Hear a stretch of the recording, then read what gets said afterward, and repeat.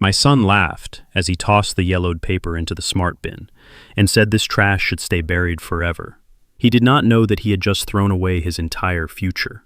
I retrieved that crumpled paper and went to the bank. When the manager scanned the document, his face went pale, and he whispered, "Call the police, and do not let this man leave." Before I continue this story, please let me know where you are watching from in the comments below. Hit like and subscribe if you have ever been underestimated by the people you sacrificed everything for.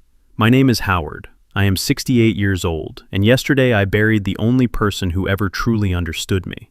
My wife, Ruth, was a woman of quiet strength and hidden brilliance, but to my son, Jerome, she was just an embarrassment.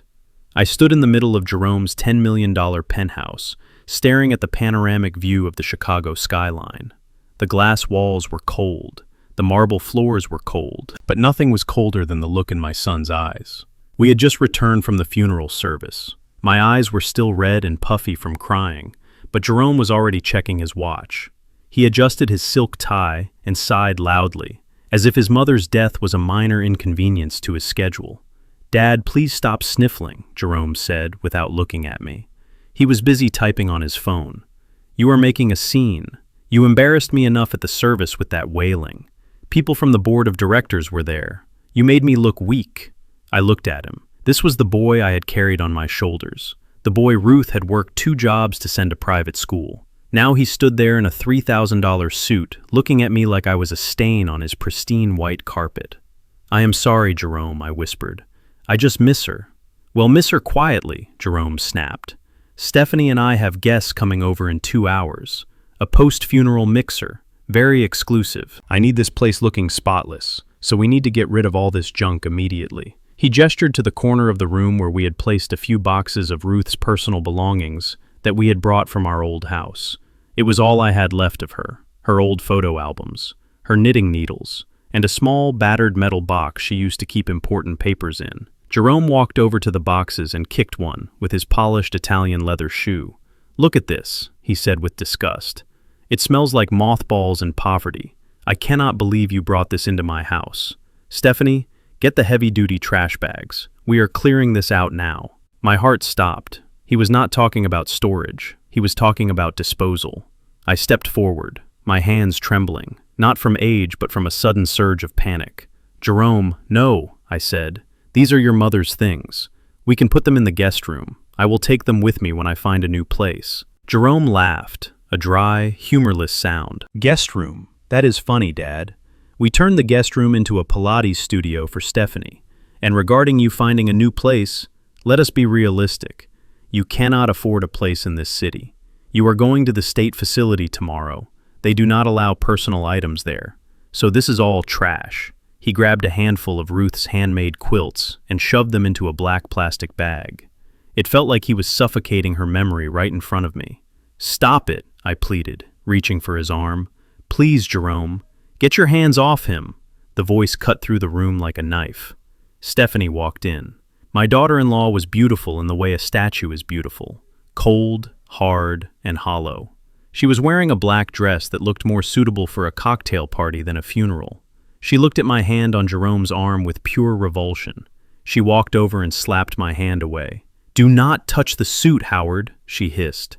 "That fabric costs more than your entire life savings." And Jerome is right. This apartment smells like a nursing home. Get rid of it. All of it. She bent down and grabbed the small, battered metal box. This was the box Ruth had guarded for 40 years. It was locked. "Give that to me," I said, my voice rising. "That is private." Stephanie smirked. "Private? You mean worthless? What is in here, Howard?" "Old lottery tickets, coupons from 1990. She shook the box violently. The rusty lock gave way. The lid flew open. Contents spilled all over the white marble floor. There were no diamonds, no gold, just old letters, photographs, and receipts, and one folded piece of thick cream-colored paper. It slid across the floor and landed right at Jerome's feet. Jerome looked down at the mess. He did not see the history. He did not see the love. He only saw clutter. He bent down and picked up the cream-colored paper. He unfolded it roughly. I held my breath. That paper was the only thing I had managed to save from the fire that took our first apartment. Ruth had told me to guard it with my life, but she never told me exactly what it was. She just said it was for the future. Jerome squinted at the paper. "What is this garbage?" he asked. He read the header out loud. Bearer Share Certificate, Chicago Logistics and Land Trust, 1985. He burst out laughing. It was a cruel, mocking sound that echoed off the high ceilings. "Oh my God," he gasped, wiping a tear from his eye. Mom really was delusional. She kept a stock certificate from the 80s for a company that probably went bankrupt before I was born. "Look at this, Stephanie. They thought this was their treasure. This is why they stayed poor. They held on to trash thinking it was gold." He crumpled the paper in his fist. "Jerome, wait," I said, stepping forward. "Your mother said that was important." "It is paper, Dad," Jerome said. "It is worthless old paper, just like this box, just like these ugly quilts. And quite frankly, just like your contribution to my success. 0. He walked over to the smart trash can in the kitchen. The lid opened automatically with a soft whir. He held his hand over the opening. "Goodbye, history," he said. He dropped the crumpled ball of paper into the bin. The lid closed, sealing it away. I stood there, frozen. Something inside me snapped. It was not a loud snap. It was the quiet breaking of the final bond that held a father to his son. I looked at Jerome. I looked at Stephanie. They were smiling at each other, relieved to be done with the chore. I walked over to the trash can. "What are you doing?" Stephanie asked, her voice shrill. "Leave it." I did not answer. I opened the bin and reached into the darkness. My hand closed around the paper. I pulled it out and put it in my breast pocket. Then I knelt down and picked up the photos of Ruth. I put them in my jacket. I stood up and smoothed my old suit. "I am leaving," I said. Jerome rolled his eyes. "Finally. The driver can take you to the shelter on 5th Street. I already called them. They have a bed for you. Do not come back here, Dad. Tonight is for elite guests only. We cannot have you moping around in those cheap clothes scaring the investors." I walked to the door. I did not look back. I did not say goodbye. I stepped out of the penthouse and into the elevator. As the doors closed, I saw Jerome pouring champagne for Stephanie. They were celebrating. They were celebrating the erasure of my wife. They were celebrating the disposal of me. The elevator descended 50 floors. I walked out of the lobby and into the Chicago night. The wind was brutal. It cut through my thin coat like a razor. Snow was starting to fall, covering the gray sidewalk in a blanket of white. I had no money. I had no home. My son, the multimillionaire, had just kicked me onto the street on the day of his mother's funeral. I walked to a bus stop and sat down on the freezing metal bench. Under the flickering yellow light of the street lamp, I took the crumpled paper out of my pocket. I smoothed it out on my knee. My hands were shaking from the cold, but my eyes were clear. I looked at the paper closely for the first time in years. Jerome had only looked at the name and date. He had been too arrogant to look closer. But under the dim streetlight, I saw something he missed.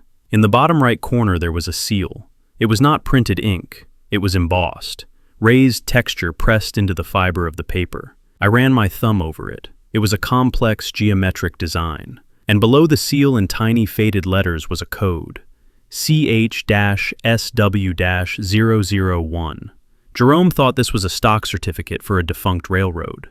He was wrong. Ruth was smarter than that. Ruth taught mathematics. Ruth understood patterns.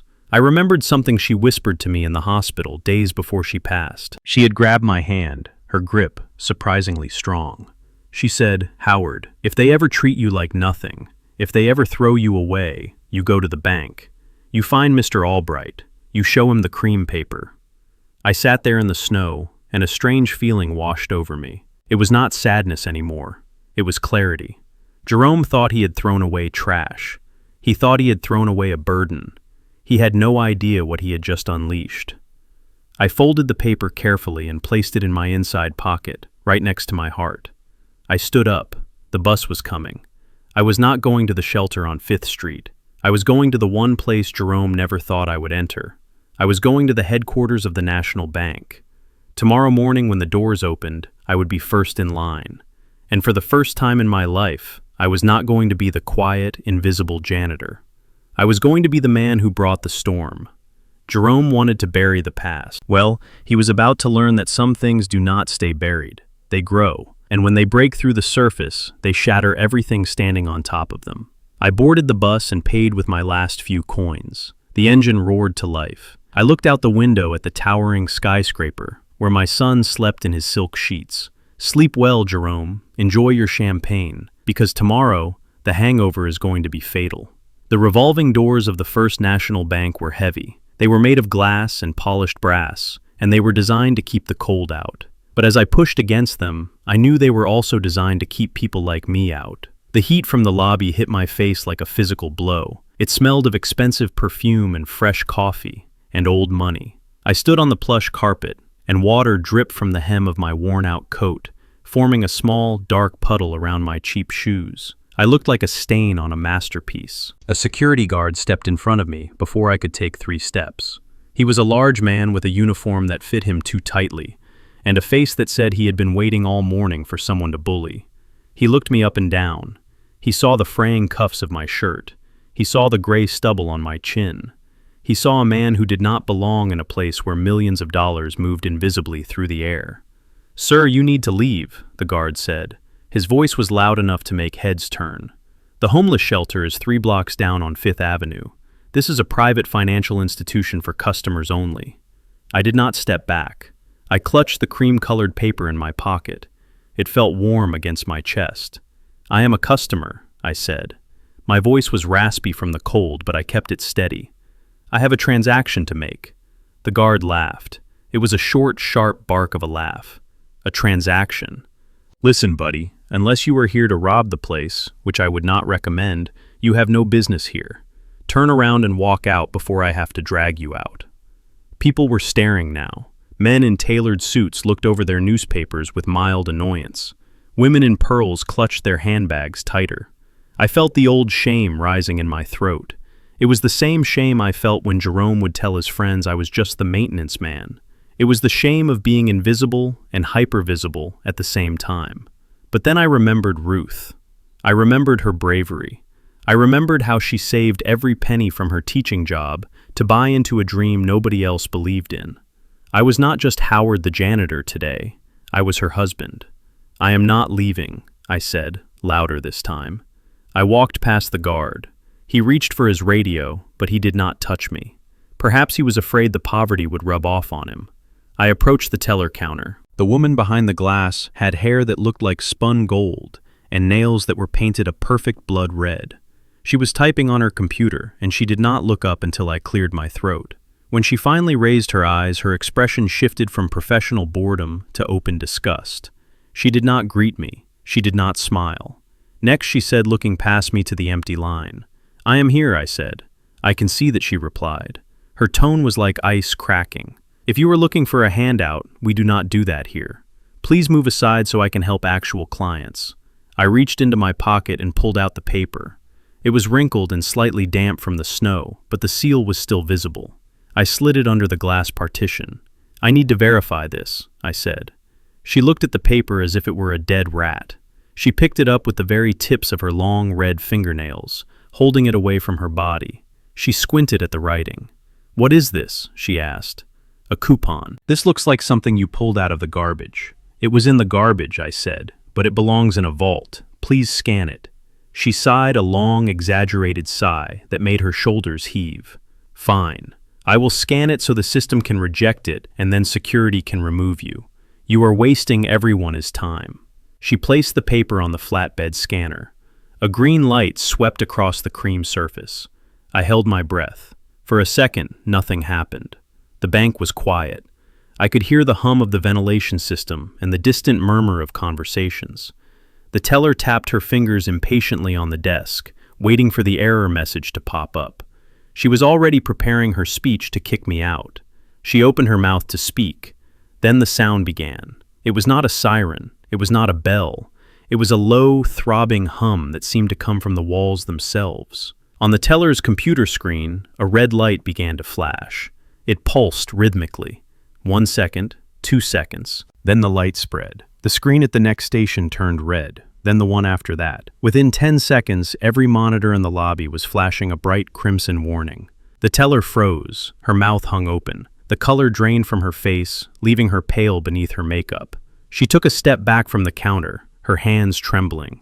"What did you do?" she whispered. Her voice was high and thin with panic. "What did you put in my machine?" I stood there confused. I expected a number. I expected an account balance. I did not expect the entire bank to go into lockdown. Steel shutters began to descend over the main windows. The revolving doors stopped moving. The ambient music cut off. The sudden silence was terrifying. Mr. Albright, the bank manager, burst out of his glass office at the back of the hall. He was a short man, with thinning hair and a suit that cost more than my first house. He looked furious. "Who triggered the silent alarm?" he shouted. "Which station?" The teller pointed a shaking finger at me.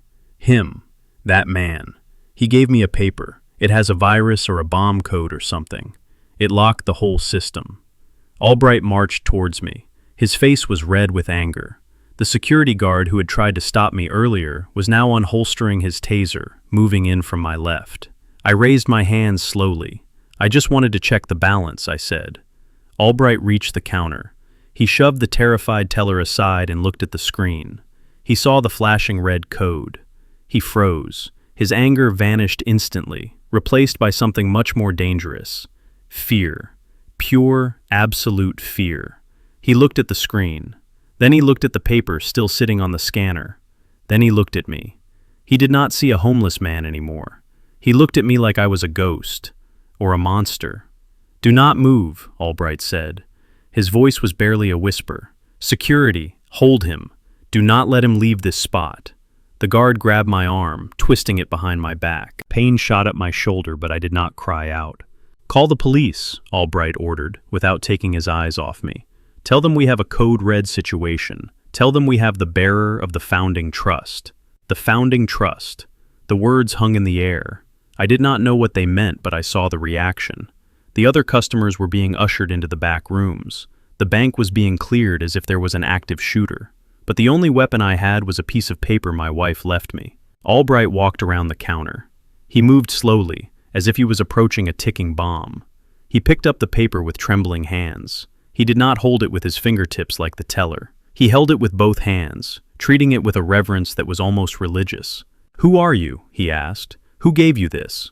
"My name is Howard," I said. "My wife Ruth gave it to me." Ruth Albright repeated the name. He closed his eyes for a moment. The legend. "We thought this file was destroyed in the fire of '95. We thought the ownership had reverted to the state." He opened his eyes and looked at me. There was no disdain left, only a cold calculation. "Come with me, Mr. Howard. We need to talk before the authorities arrive." He signaled the guard to drag me towards his office. I was shoved into a leather chair that was too soft. The office was soundproof. The chaos of the lobby disappeared when the heavy glass door clicked shut. Albright sat behind his massive oak desk. He placed the cream paper in the center of the desk on a velvet pad. He smoothed it out gently. "You have no idea what you just walked in here with, do you?" Albright asked. "My son said it was trash," I replied. "He said it was stock for a bankrupt railroad." Albright let out a dry, humorless laugh. "Your son is an idiot. And if you are who I think you are, your son is about to become a very poor idiot." He turned his computer monitor around so I could see it. The red light had stopped flashing. Now it displayed a map. It was a map of downtown Chicago. A large section of the riverfront was highlighted in gold. "Mr. Howard, this is not a stock certificate," Albright explained, leaning forward. "This is a bearer share. It is an old financial instrument that is no longer legal to issue because it allows for complete anonymity. Whoever physically holds this paper owns the assets linked to it. No names, no database, just the paper." He pointed to the gold section on the map. "This paper represents the master deed for the Chicago Logistics Land Trust. In 1985, this trust purchased a massive landfill site on the south side for pennies." I nodded. I remembered. "Ruth said we were buying dirt." Albright continued. "That dirt is now the foundation of the Millennium Skyscraper, the headquarters of Vantage Properties." My stomach dropped. Vantage Properties was Jerome's company. My son built his entire empire on that land. "Jerome told me he owned the land," I said. "He told me the city gave it to him." "He lied," Albright said flatly. "Or he was mistaken. He likely petitioned the court to declare the land abandoned because the deed was missing. He built a billion-dollar castle on land he did not own. He has been paying property taxes to a ghost account. But this paper proves the ghost is alive." Albright leaned back in his chair, steepling his fingers. "Here is the situation, Mr. Howard. The moment I scanned this, the system alerted the Federal Reserve and the SEC. This is not just about money anymore. This is about fraud, massive institutional fraud. If you claim this document, you are proving that the current occupant of that land is a squatter, a trespasser. He looked me dead in the eye. Jerome Vance is your son, correct? I nodded. If you activate this, Albright said, his voice dropping to a whisper, you are not just taking his money. You are taking his legitimacy. You are proving that every contract he signed, every loan he took, and every building he built is based on a lie. He will face criminal charges for deed fraud. He will lose his company. He will lose his reputation. He will likely go to federal prison. Albright paused, letting the weight of his words settle on me. The police are 5 minutes away. When they walk through that door, they are going to arrest someone. They will either arrest you for stealing a classified financial document, or they will arrest your son for grand larceny and fraud. The choice is yours, Mr. Howard. You can walk out of here and burn this paper and let your son keep his lie. Or you can stay and burn his world to the ground. I looked at the paper. I looked at the map. I thought about Jerome laughing as he threw Ruth's memories into the trash. I thought about Stephanie wiping her hand after touching me. I thought about the cold wind on the street corner. I did not burn the paper. I sat back in the leather chair and crossed my arms. Mr. Albright, I said, can I have a cup of coffee while we wait for the police? Albright stared at me for a long moment. Then a small smile touched his lips. I will get the good stuff, he said. He picked up the phone. Outside the glass walls, I could see the flashing blue lights of police cars reflecting against the snow. The storm had arrived, and for the first time in my life, I was not afraid of the thunder. I was the lightning. The silent alarm had done its job too well. I sat in the leather chair for exactly 4 minutes before the world exploded. I saw the blue lights flashing against the frosted glass of the bank windows first. They pulsed like an erratic heartbeat. Then came the sound. It was not a siren, but the screech of tires and the heavy thud of boots hitting the pavement. Mr. Albright stood up behind his desk. He looked pale. He raised a hand as if to tell me to stay calm, but it was too late for calm. The heavy oak doors of the office burst open with a crash that shook the walls. "Get on the ground!" The command was a shout that left no room for hesitation. 3 officers in tactical gear filled the room. Their weapons were drawn and pointed directly at my chest. I saw the black barrels of the guns. I saw the tension in their fingers. To them, I was not a 68-year-old widower grieving his wife. I was a threat. I was a code-red suspect in a high-security financial institution. I moved to slide off the chair, but my old knees were stiff. I said, "Get on the ground, now." One of the officers did not wait. He lunged forward and grabbed my shoulder. The force spun me around and I hit the carpet hard. The air left my lungs in a painful wheeze. My cheek pressed against the rough fibers of the expensive rug. I smelled dust and shoe polish. I felt a heavy knee press into the small of my back, pinning me down. Pain shot through my spine.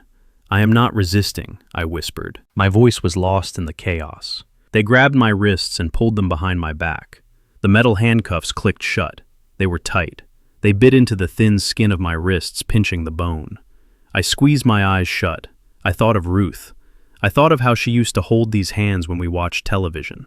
Now my hands were bound like I was a criminal. Tears of humiliation pricked my eyes, but I refused to let them fall. I was a man of dignity. I had worked hard all my life. I had never stolen a penny. And yet here I was, face down on the floor, while men with guns shouted codes into their radios. Mr. Albright was shouting too. He was waving his hands. "Stop it! Do not hurt him! He is unarmed!" The officer on my back eased the pressure slightly, but he did not let me up. He leaned close to my ear. "You have the right to remain silent." I knew my rights, but I also knew the reality of being a black man in this city. If I moved wrong, I could die. So I lay there perfectly still. I listened to the officers clearing the rest of the bank. I listened to the fear in Mr. Albright's voice as he tried to explain the situation to the sergeant. The seconds stretched into minutes. My shoulders burned. My chest ached. I felt small. I felt like the trash Jerome said I was. Then the door opened again. This time the footsteps were different. They were the click-clack of expensive Italian leather shoes. I knew that sound. I had heard it pacing the floors of the penthouse while I scrubbed the toilets. "Officer, thank God you are here." It was Jerome, my son. His voice was breathless. He sounded terrified, but I knew him too well. It was a performance. Where is he? Where is my father? The officer pulled me up to a sitting position. I sat on the floor, my back against the desk, my legs sprawled out. I looked up. Jerome stood in the doorway. He was wearing his cashmere coat. He looked down at me, and for a split second, I saw a flicker of satisfaction in his eyes. He enjoyed seeing me on the floor. He enjoyed seeing me broken. But then the mask slipped back into place. He looked at the police sergeant with wide, pleading eyes. "I am so sorry about this," Jerome said. "My father is not well. He has been confused since my mother passed away yesterday. Dementia is a terrible thing. He must have wandered in here thinking it was his house." He looked at me with fake pity. "Dad, I told you to stay at the shelter. Why did you steal those papers from my office? You know those are important legal documents." I stared at him. The lie was so smooth. He was rewriting reality right in front of the police. He was turning me into a thief and a senile old man in one breath. "I did not steal them, Jerome," I said. My voice was steady despite the pain. "You threw them in the trash. You said they were garbage." Jerome laughed, a nervous little sound. "See, officer? He is hallucinating. He thinks valuable bearer bonds are trash. I need to take him home, and I need to collect the stolen property he brought here." He reached his hand out toward Mr. Albright. "Give me the document, please. I will handle my father. We do not need to press charges. I just want to get him help." The room went silent. The sergeant looked at Jerome. Then he looked at Mr. Albright. The bank manager was standing by the safe holding the cream-colored paper. He looked at Jerome with an expression I had never seen before. It was the look of a man who was watching a trap snap shut. Mr. Albright did not hand over the paper. Instead, he looked at the sergeant and nodded. "Sergeant, we just received confirmation from the Federal Reserve database," Albright said. His voice was calm and cold. "The code on this document is valid. It is a live bearer share registered to the Chicago Logistics Trust." Jerome smiled. "Exactly. It belongs to my company. My father stole it."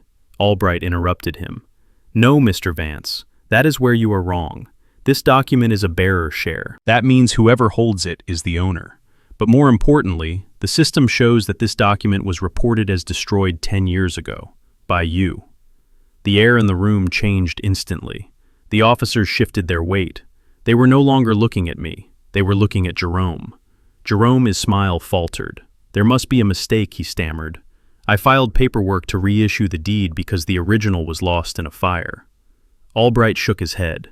"You filed an affidavit stating under oath that this specific document was incinerated. You claimed the assets were abandoned so you could take control of the land trust. But here is the document. It is not burnt. It is pristine, which means you filed a false federal affidavit. You committed perjury and deed fraud to acquire the land your tower sits on." The sergeant stepped forward. He was a gray-haired man with eyes that had seen too many lies. He looked at Jerome. "Sir, are you saying this document was destroyed?" Jerome started to sweat. I could see the beads of perspiration forming on his forehead.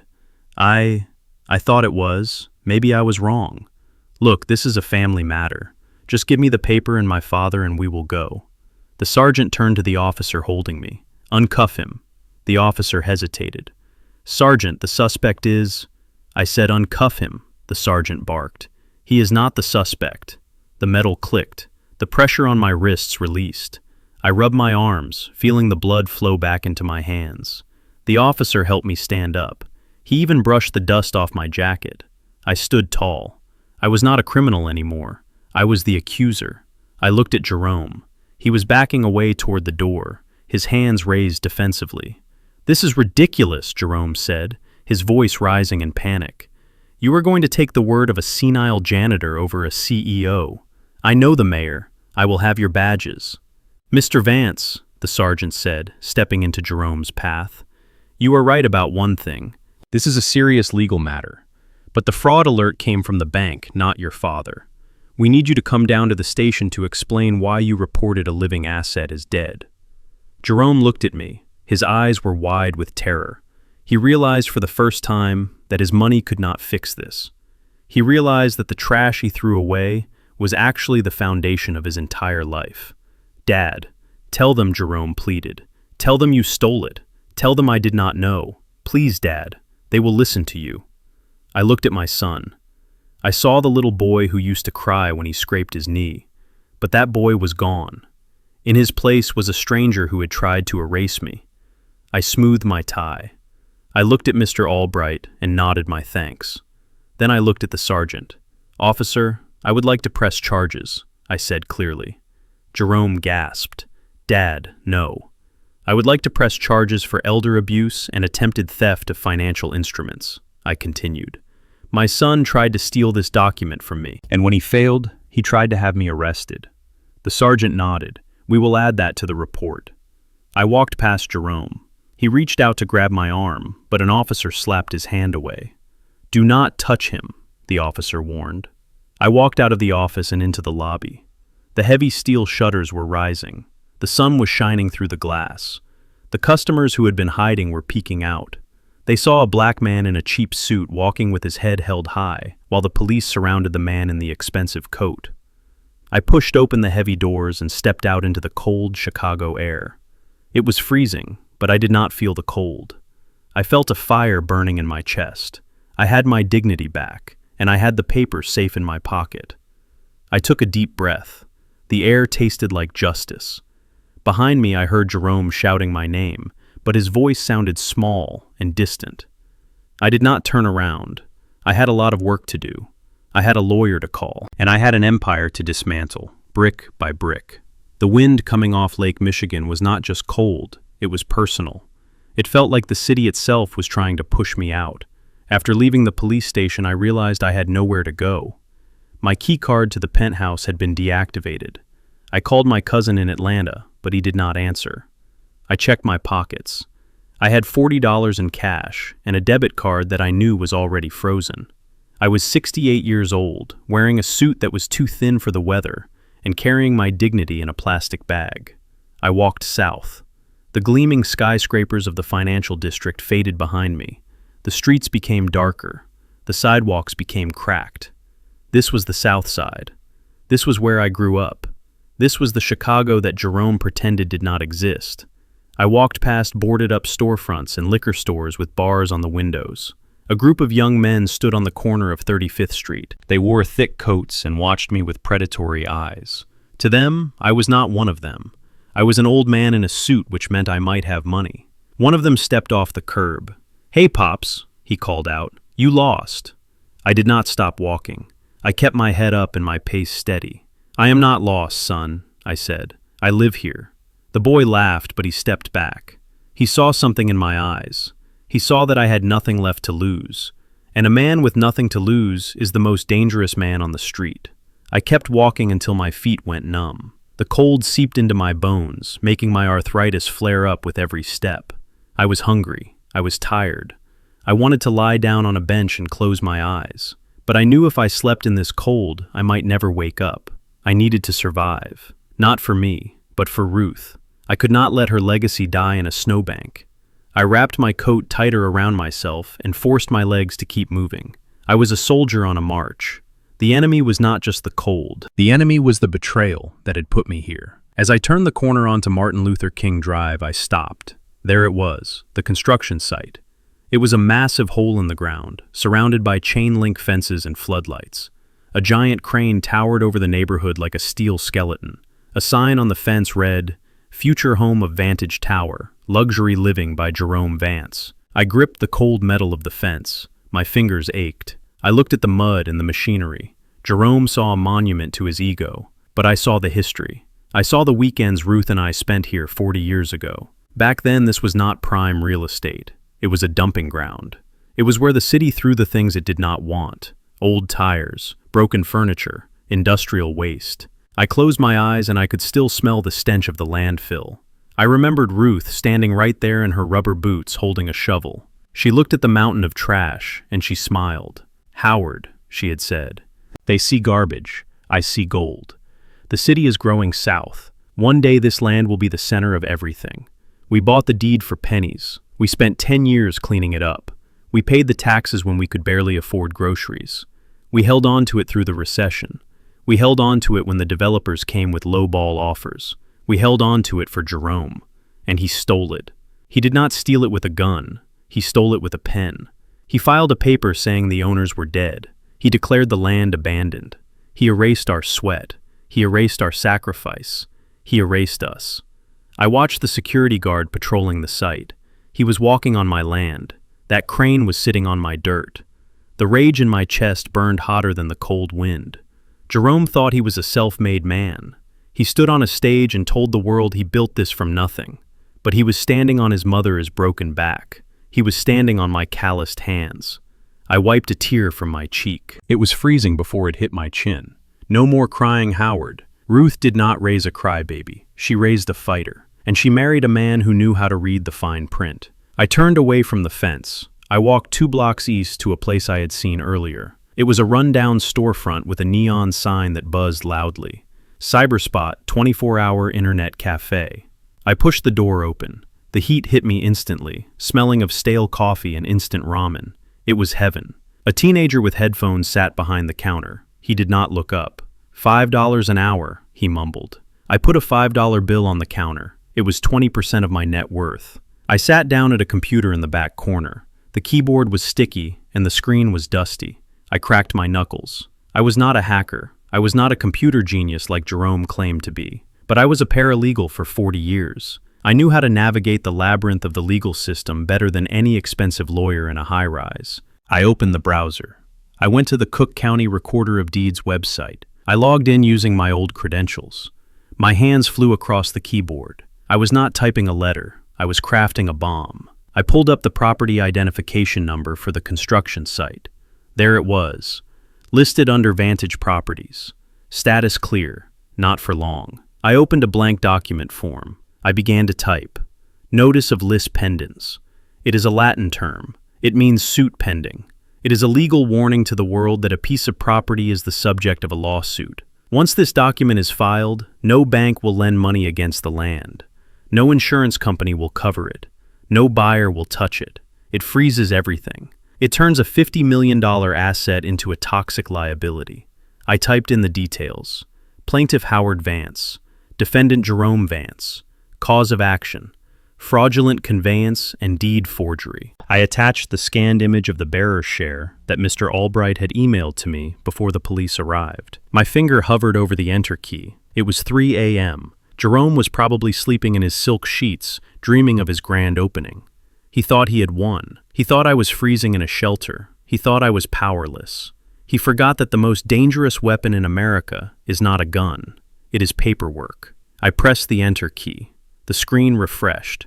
A message popped up in green text. Filing accepted. Document recorded. Timestamp 3:01 a.m. I sat back in the creaky chair. I felt a grim satisfaction. When the sun came up, the title company would get an alert. Then the bank.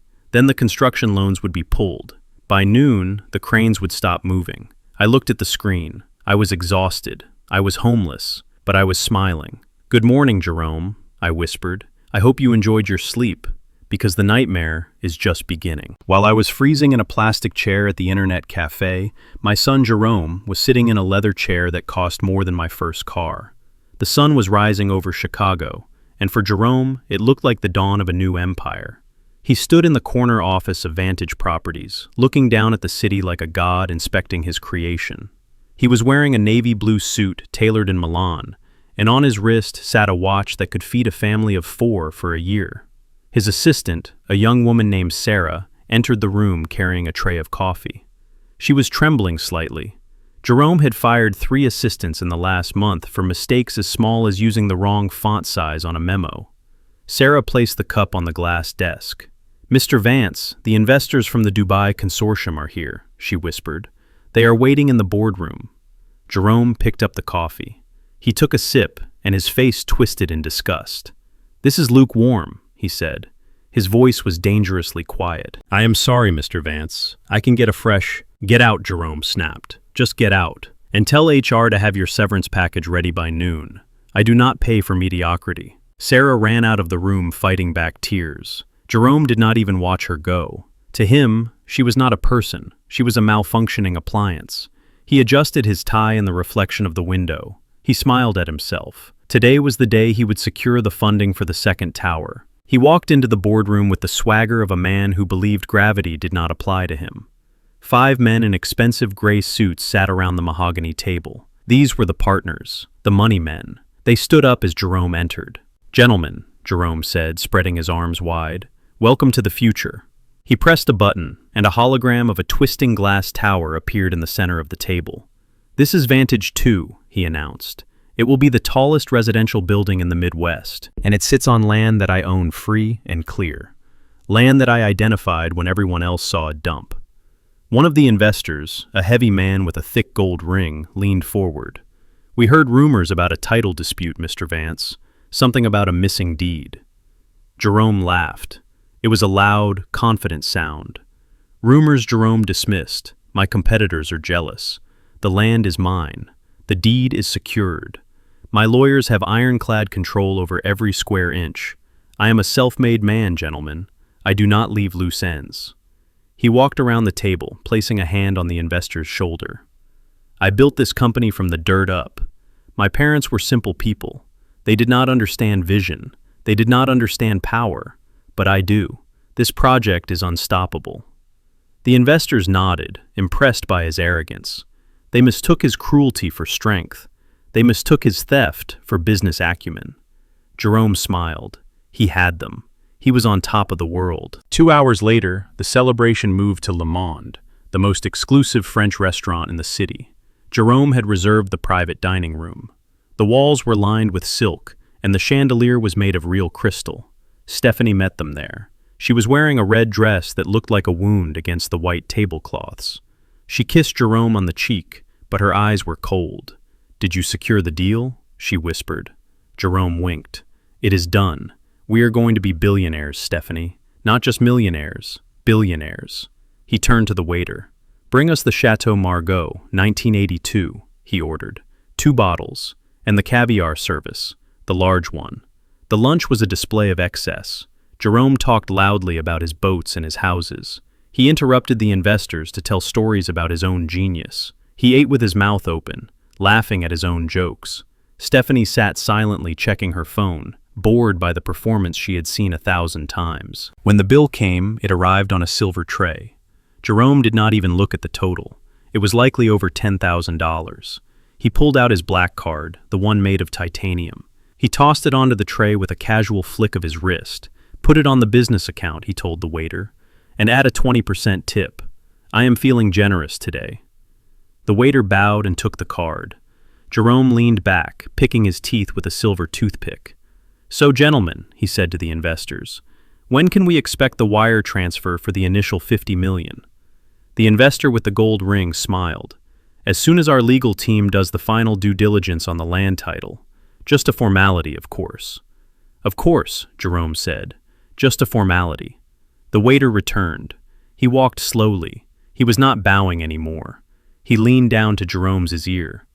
"Sir," the waiter whispered, "I am afraid the card was declined." Jerome froze. He frowned. "Don't be ridiculous," he said, loud enough for the table to hear. "That card has no limit. Run it again. It is probably your machine." "I ran it 3 times, sir," the waiter said. "The system says do not honor." The table went quiet. The investors stopped drinking their wine. They exchanged glances. Jerome let out an annoyed sigh. He reached into his wallet and pulled out a platinum card. "Fine, use this one.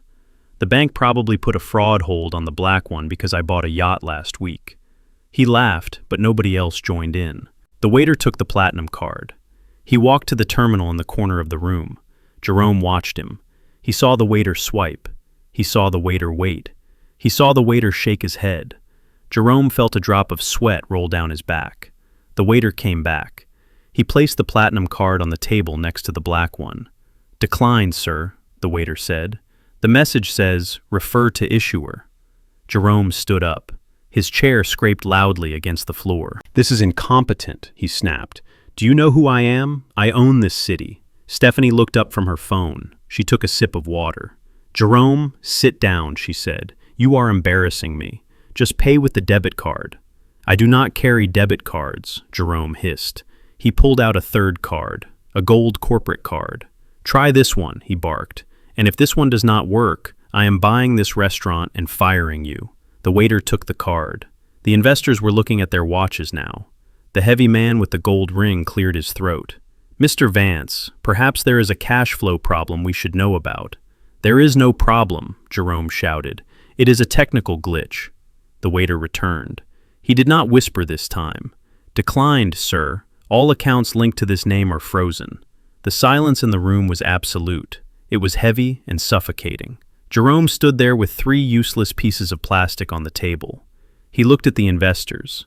Their admiration had turned to suspicion. Stephanie laughed. It was a cruel sound.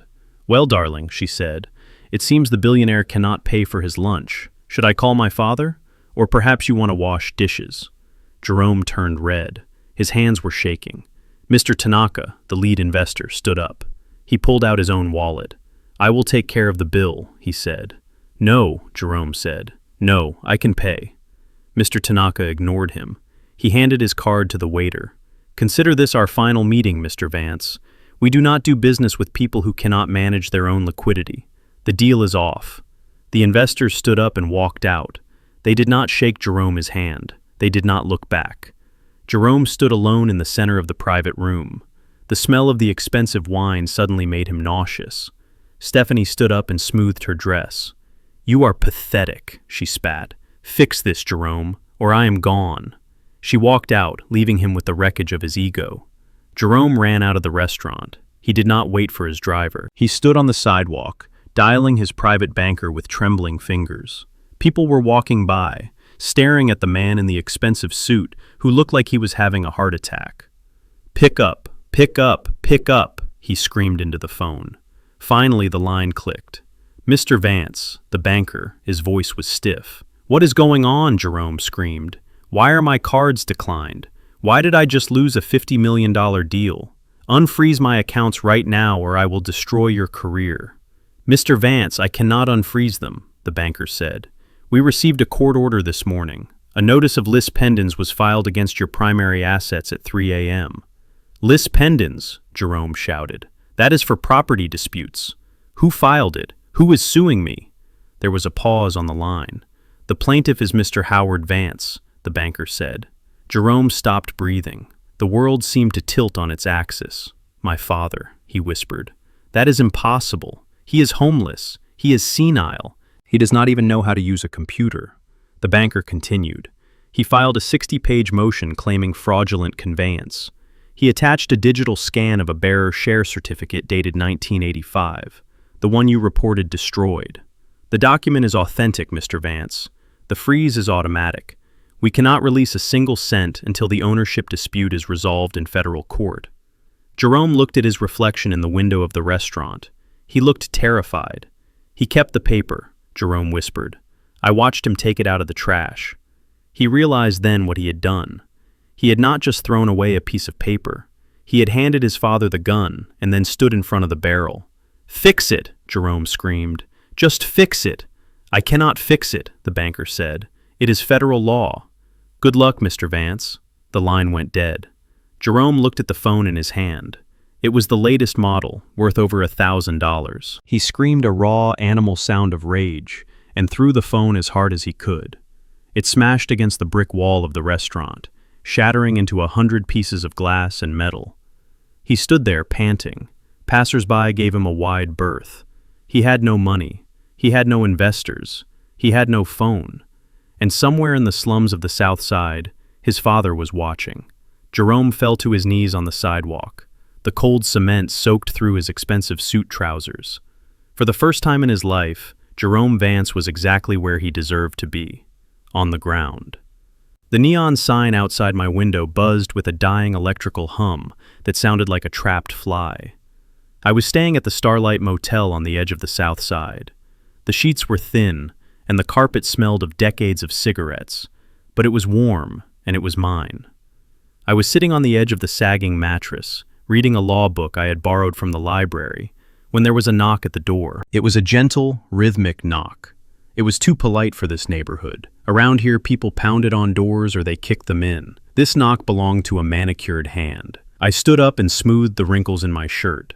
I walked to the door and looked through the peephole. The fisheye lens distorted the hallway, but there was no mistaking the woman standing there.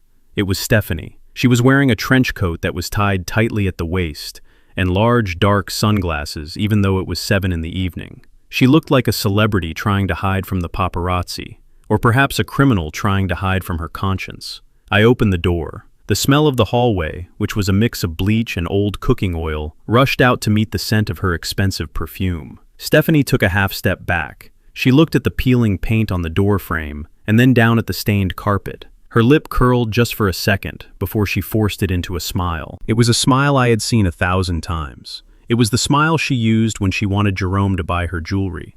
It was the smile she used when she wanted to fire a maid. It was a weapon. "Dad," she said. Her voice was breathless and soft. "Oh, thank God I found you. We have been so worried. Jerome has been sick with worry. He has not slept a wink since the misunderstanding at the bank." I leaned against the doorframe. I did not invite her in. "Misunderstanding," I repeated. "Is that what we are calling felony fraud today, Stephanie?" She waved her hand dismissively, as if I had just pointed out a smudge on a wine glass. "Oh, Howard, you know how Jerome gets when he is stressed. He lashes out. He did not mean any of it. He loves you. We both love you. That is why I am here. I cannot bear the thought of you staying in a place like this. It breaks my heart. Please, let me take you to dinner. Just a quiet dinner to talk, to fix this." I looked at her. I knew she was lying. I knew Jerome was probably at his office, shredding documents or screaming at his lawyers. I knew she was here because their credit cards were frozen and their world was crumbling. But I also knew that if I wanted to win this war, I needed to know what weapons they were hiding. I needed to see exactly how desperate they had become. "I will get my coat," I said. Stephanie clapped her hands together like a delighted child. "Wonderful. I made a reservation at the Ivy. It is quiet, and the food is divine. We can just relax and be a family again." I grabbed my coat. It was still damp from the night before. I locked the door to room 204. As we walked down the hallway, Stephanie walked on her tiptoes, trying to minimize the contact between her designer boots and the dirty floor. She was a tourist in my reality. She thought she could dip her toe in poverty, buy me a steak, and make the lawsuit disappear. She thought I was a simple old man who could be bought with a hot meal and a kind word. She had no idea that she was walking into dinner with the man who was writing the closing chapter of her fairy tale life. The Ivy was a restaurant that specialized in intimidation. The lighting was low, the menus were heavy leather, and the waiters spoke in hushed tones that implied your secrets were safe with them. We were seated in a booth in the back corner. Stephanie ordered a bottle of wine immediately. She poured my glass full before the waiter had even left the table. "Drink up, Howard," she said. "You look tired. You deserve to relax." I took a small sip of the wine. It was good, better than anything I had tasted in years, but I kept my head clear. Stephanie spent the first 20 minutes talking about nothing. She talked about the weather. She talked about a charity gala she was planning. She talked about how much the grandchildren missed me, even though she had never let me see them for more than an hour at Christmas. She was building a bridge of straw, and she expected me to walk across it. Finally, the appetizers arrived. Stephanie put down her fork. She reached into her oversized designer bag and pulled out a blue folder. She placed it on the table next to the bread basket. She did not open it yet. She just rested her hand on it lovingly. "Howard," she began, her voice dropping to a conspiratorial whisper. "Jerome is proud. You know that. He is just like you in that way. He finds it hard to apologize. But he wants to make things right. He wants to ensure you are taken care of for the rest of your life. He wants to set you up in a beautiful condo in Florida, near the beach. You always loved the ocean, right?" I looked at the folder. "And what does Jerome want in return?" I asked. Stephanie laughed lightly. "Nothing. Absolutely nothing. He just wants his father to be happy. This is just a standard reconciliation agreement. It basically says that we are family again, and that you will stop this silly legal filing so we can unlock the accounts and buy you that condo. It is just a formality, really, just to satisfy the bank." She opened the folder. Inside was a document stapled on thick paper. It was about 10 pages long. She flipped to the last page, where a yellow sticky note with an arrow pointed to a signature line. "Just sign right here," she said, handing me a heavy gold pen. "You do not even need to read the boring legal mumbo-jumbo. It is just standard boilerplate.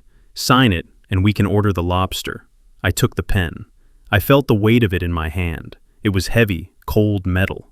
I looked at Stephanie. Her eyes were wide and encouraging, but behind the contact lenses I saw the panic. She was watching my hand like a hawk watching a mouse. I put the pen down. I reached into my pocket and pulled out my reading glasses. They were cheap drugstore glasses held together at the bridge with a piece of Scotch tape. I put them on slowly. "I think I will read the mumbo-jumbo, Stephanie," I said. Her smile faltered. "Oh, Howard, do not be silly. It will take all night. The food will get cold. Trust me. I am your daughter-in-law." I opened the document to page 1. I began to read. I did not read like a frightened old man.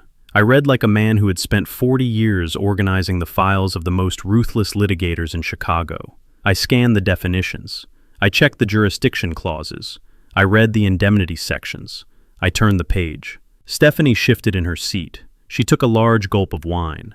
I turned another page. "Howard, really, this is unnecessary," she said, her voice getting tighter. I held up a hand to silence her. I continued reading. When I reached page 4, I stopped. I read paragraph 12, section B.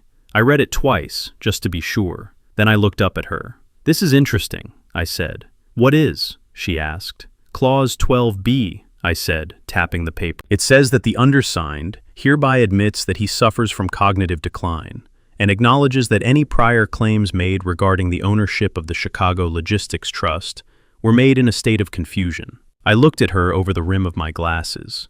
"And then there is clause 14, I continued. "It says that in exchange for a one-time payment of $5,000, not a condo in Florida, Stephanie, but $5,000, the undersigned waives all future rights to any assets held by Vantage Properties and agrees to a permanent restraining order preventing contact with Jerome Vance or his family." I closed the folder. I took off my glasses. "You are not trying to reconcile Stephanie," I said, my voice calm and steady. "You are trying to trick me into admitting I am insane.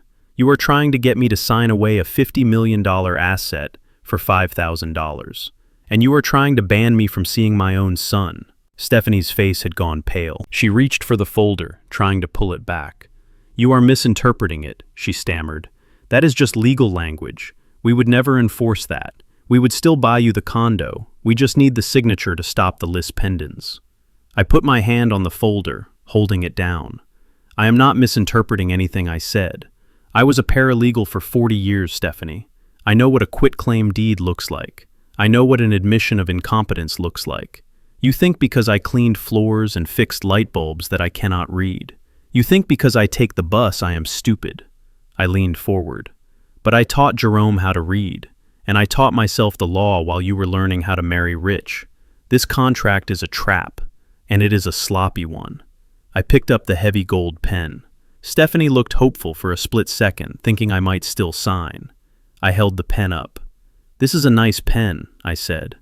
Then I dropped it into her half-full wine glass. Red wine splashed onto the white tablecloth like blood. The mask fell off. The sweet daughter-in-law vanished. In her place sat a woman consumed by greed and fear. Her face twisted into a snarl that was truly ugly. "You stupid old man," she hissed.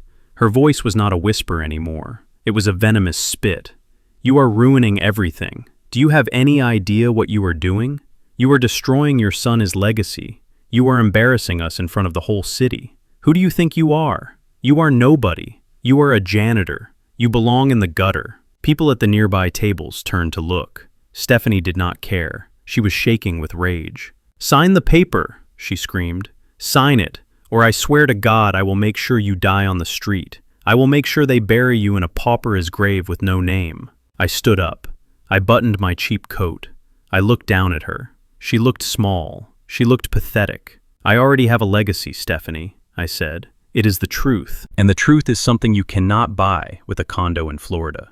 I picked up the blue folder. "I am keeping this," I said. "It will make excellent evidence of coercion at the trial. Thank you for the dinner." I turned to walk away. "Where are you going?" she shrieked. "You cannot just leave." I stopped and looked back. "Oh, I almost forgot." I pointed to the waiter who was hovering nervously nearby. "The lady will take the check," I said. Stephanie looked at the waiter, then at her purse. Then she remembered. Her cards were frozen. Jerome's cards were frozen. They had no credit.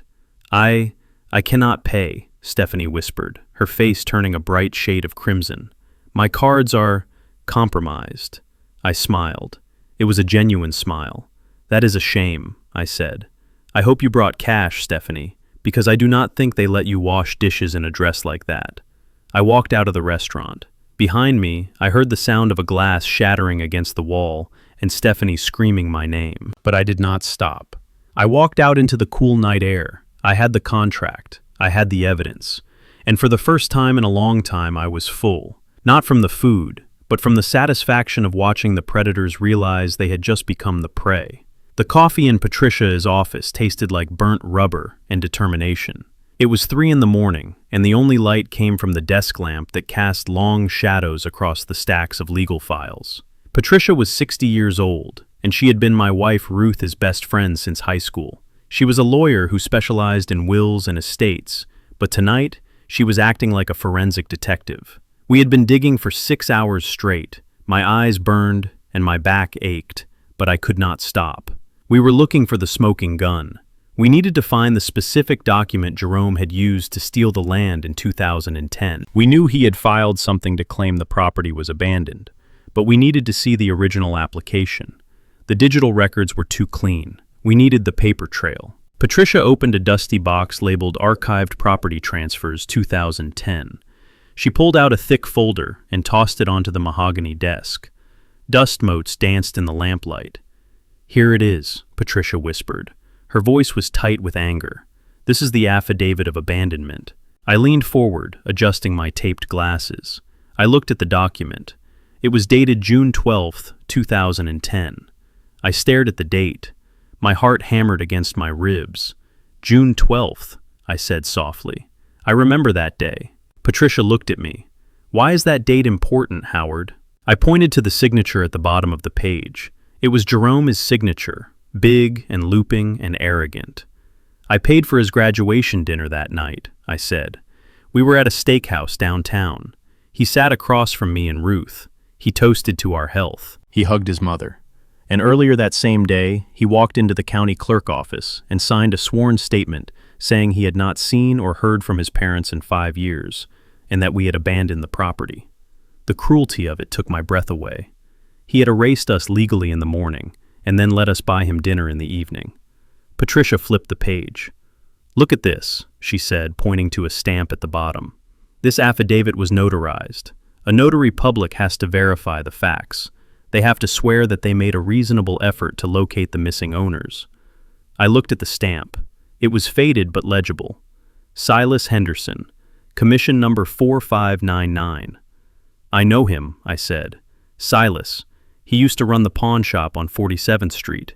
He was a crooked man who would notarize anything for $50. Patricia stood up and grabbed her coat. "If Silas Henderson is still alive, he is our key," she said. "If we can prove he falsified this notarization, then the entire transfer is void ab initio. That is Latin for void, from the beginning. It means Jerome never owned the land, not for 1 second. I stood up too. The fatigue vanished, replaced by the cold energy of the hunt. "Silas lives in the grandiose retirement home now," I said. "I heard he won the lottery a few years back." Patricia smiled grimly. "He did not win the lottery, Howard. He just sold his soul to your son. Let us go pay him a visit." We drove through the rain to the Shady Oaks retirement village. It was not a grandiose place. It was a mediocre facility that smelled of bleach and boiled cabbage. It was 4 a.m, but the front desk attendant was asleep. We walked right past him.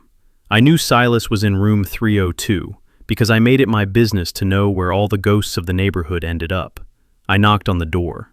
It was a soft knock, but in the silence of the hallway it sounded like a gavel hitting a block. "Who is it?" a raspy voice called out. "It is an old friend, Silas," I said. "Open up." There was a shuffling sound, then the chain rattled. The door opened 2 inches. One suspicious eye peered out. It was Silas. He looked older and thinner, but the greed was still there in his eyes. He saw me, and he tried to slam the door shut. I was faster. I jammed the toe of my boot into the gap.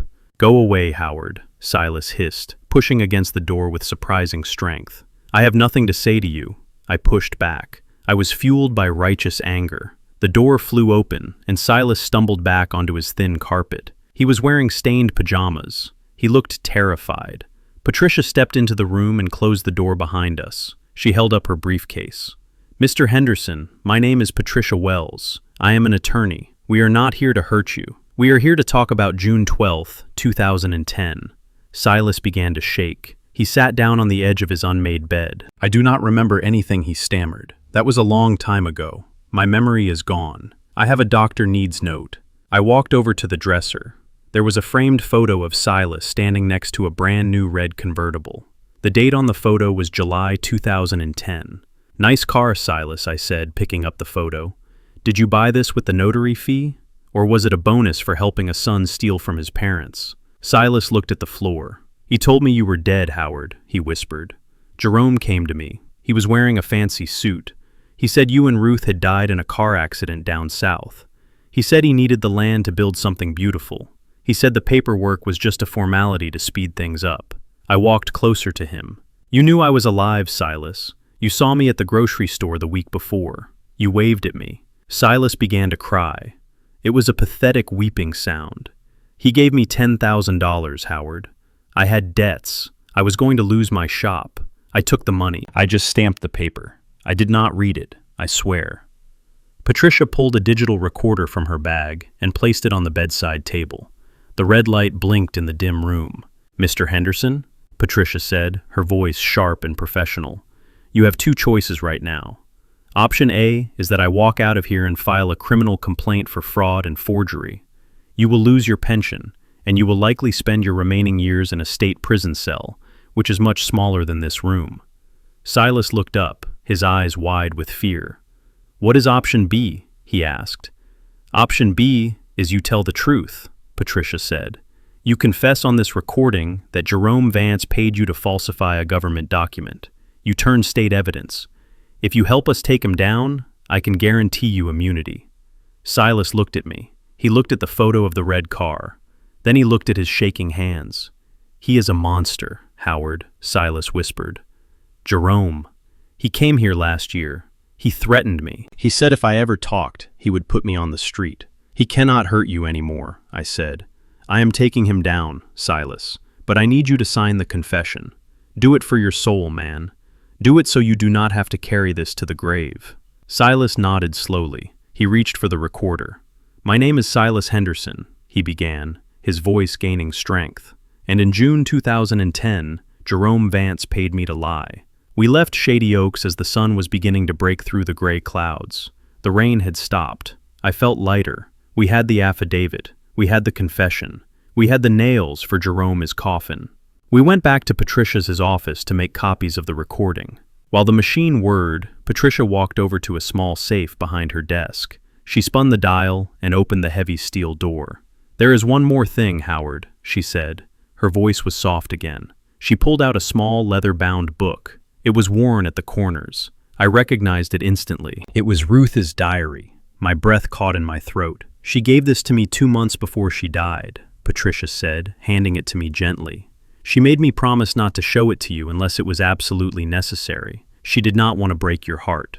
I took the book. My hands were trembling. I sat down in the leather chair and opened it to a marked page. The handwriting was Ruth's elegant script, but the words were jagged with pain. The date was 5 years ago. I read the entry aloud, my voice breaking in the quiet office. "I looked at Jerome today, and I did not see my son. I saw a stranger with wolf eyes. He asked about the land again. When I said no, he did not get angry. He smiled. It was a cold smile. I fear for Howard. Jerome loves money more than he loves us. I have moved the deed to the metal box. I pray I am wrong. I pray my son finds his way back to the light. But if he does not, I must protect Howard. The paper is the shield." I closed the book. Tears streamed down my face. I pressed the diary to my chest. Ruth knew. She had known all along. While I was making excuses for him, while I was telling myself he was just ambitious, Ruth saw the darkness growing inside him. She had lived with that heartbreak in silence, just to protect me. I stood up. The sadness in my chest hardened into something solid. It was no longer just about justice. It was about honoring a mother who had seen the wolf at the door and had given me the weapon to slay it. I looked at Patricia. "Is the recording ready?" I asked. She nodded, handing me the flash drive. Then let us go to court, I said. Jerome thinks he is fighting a lonely old man.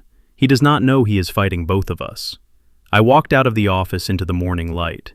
I was not just Howard anymore. I was the shield. And the wolf was about to learn that you never corner a man who is fighting for love.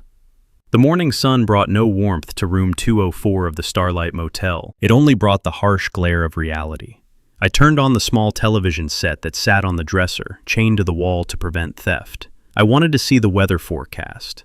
I wanted to know if the snow would continue. Instead, I saw my own face. It was a photo taken years ago at a family barbecue. I was holding a beer and laughing, but the news station had cropped the photo. They had darkened the background. They made me look deranged. They made me look dangerous. Below my face was a headline in bold red letters that read, "The Greedy Father, Extorting a Chicago Icon." I sat on the edge of the bed and watched the nightmare unfold. The news anchor was a woman with perfect hair and a voice that feigned concern. She introduced the victim. It was Jerome. My son was sitting in a studio chair looking like a broken angel. He was not wearing his arrogant Italian suits today. He was wearing a simple sweater. He looked tired. He looked humble. He was giving the performance of his life. The anchor asked him about the lawsuit. Jerome looked down at his hands. He took a deep, shaky breath. "It is heartbreaking," Jerome said softly. His voice cracked perfectly on the last syllable. "I have tried to protect my father for years. Since my mother passed away, his mind has not been right. He started gambling. It started small, but then it became everything. He lost his pension. He lost his house. I have been paying his debts quietly because I love him. But now, he is desperate. He is making up stories about land deeds and stolen trust funds because he owes money to very bad people." I gripped the bedsheet. My knuckles turned white. It was a lie so audacious that it took my breath away. I had never gambled a day in my life. I had never been in debt until he stole my home. The anchor leaned forward, putting a comforting hand on Jerome's arm. "And this document he filed," the anchor asked. "This lis pendens that froze your company assets." Jerome wiped a non-existent tear from his eye. "It is a forgery," Jerome said. "A sad, desperate forgery. He is being manipulated by criminal elements who want to hurt my company. They are using a confused old man as a weapon. I do not hate him. I just want him to get the psychiatric help he needs. Dad, if you are watching this, please come home. We can fix this." The interview ended. The commercials began. I sat there in the silence of the motel room. The world did not see a man fighting for his legacy. They saw a senile gambling addict attacking his successful son. Jerome had not just stolen my land. He was now stealing my name. He was rewriting my history in real time to millions of viewers. I felt a heavy stone settle in my chest. It was the crushing weight of a billion-dollar lie. I needed air. I needed to walk. I put on my coat and stepped out of the room. The motel owner was behind the glass partition in the lobby. Yesterday, he had smiled at me. Yesterday, I was just another guest. Today, he looked up from his newspaper, and his eyes narrowed. He looked at the TV screen in the corner. Then he looked at me. He did not smile. He reached under the counter, and I heard the click of a lock engaging. He was afraid of me. He thought I was unstable. I walked out onto the street. The South Side was usually a place where people minded their own business, but the news travels fast, especially news about money and scandal. I walked toward the corner store to buy a coffee. A group of women were waiting for the bus. They were talking loudly. When they saw me, the conversation stopped abruptly. It was a silence louder than a scream. One of the women pointed. "That is him," she whispered. "That is the one from the TV, the one trying to ruin his son." I kept my head down. I tried to make myself small. I just wanted coffee. I just wanted to feel normal. "Shame on you," a voice called out. I stopped. I looked up. An older woman was glaring at me. She was holding a grocery bag. "Your son is building housing for this city," she shouted. "He is a good man, and you are dragging him down. You should be in a hospital, old man." I opened my mouth to defend myself. I wanted to tell her about the bearer share. I wanted to tell her about the bribe to the notary. But the words died in my throat. How could I explain 40 years of history in 10 seconds on a street corner? I kept walking. My heart was pounding. I felt the eyes of the neighborhood on me. I felt the judgment. It was a physical weight pressing down on my shoulders, making it hard to breathe. I walked past a barber shop where I had gotten my hair cut for 20 years. The barber was sweeping the sidewalk. He looked up. He saw me. He turned his back and went inside, slamming the door. He knew me. He knew I was a good man. But the lie on the television was stronger than the truth of 20 years. Jerome's power was not just money. It was the ability to define reality. I reached the corner store. A young man was coming out. He was tall, wearing a hooded sweatshirt. He looked at me with pure disgust. To him, I was a traitor to the race. I was a black father tearing down a black success story. Sellout, he hissed. He spit on the ground. The saliva landed inches from my shoe. It was the ultimate insult. It was a rejection of my humanity. I froze. I stared at the spot on the concrete. I felt tears pricking my eyes. Not tears of sadness, but tears of absolute frustration. I was the victim here. I was the one sleeping in a motel. I was the one who had been robbed. But the world was spitting on me. I turned around. I did not get my coffee. I walked back to the motel. The walk felt like a mile. Every car that passed seemed to slow down to look at the monster. Every whisper seemed to be about my greed. I got back to room 204 and locked the door. I slid the chain into place. I sat on the floor with my back against the door, and I covered my face with my hands. For a moment, I wanted to give up. Maybe Stephanie was right. Maybe I should sign the paper. Maybe I should take the $5,000 and disappear. I could go to Florida. I could be anonymous. I could stop being the villain in my own Son Is movie. The shame was too much. The isolation was too cold. Then I looked at my suitcase. Sitting on top of it was Ruth's diary. The leather cover was worn and soft. I reached out and touched it. I remembered what she wrote. The paper is the shield. She did not say the paper would make things easy. She said it would protect the truth. And the truth is often painful before it is triumphant. I stood up. I went to the closet. I pulled out my suit. It was not a designer suit. It was a charcoal gray suit I had bought at Macy's 10 years ago. It was the suit I wore to church. It was the suit I wore to weddings. It was the suit I wore to bury my wife. I plugged in the iron. The smell of hot metal and steam filled the small room. It was a comforting smell. It smelled like Sunday mornings. It smelled like dignity. I took my time. I ironed the white shirt until the collar was stiff and sharp. I ironed the trousers until the pleats could cut paper. I polished my shoes with a small towel until they shined. I went to the bathroom and shaved. I looked at myself in the mirror. I saw the gray stubble fall away. I saw the tired eyes. But behind the tiredness, I saw something else. I saw iron.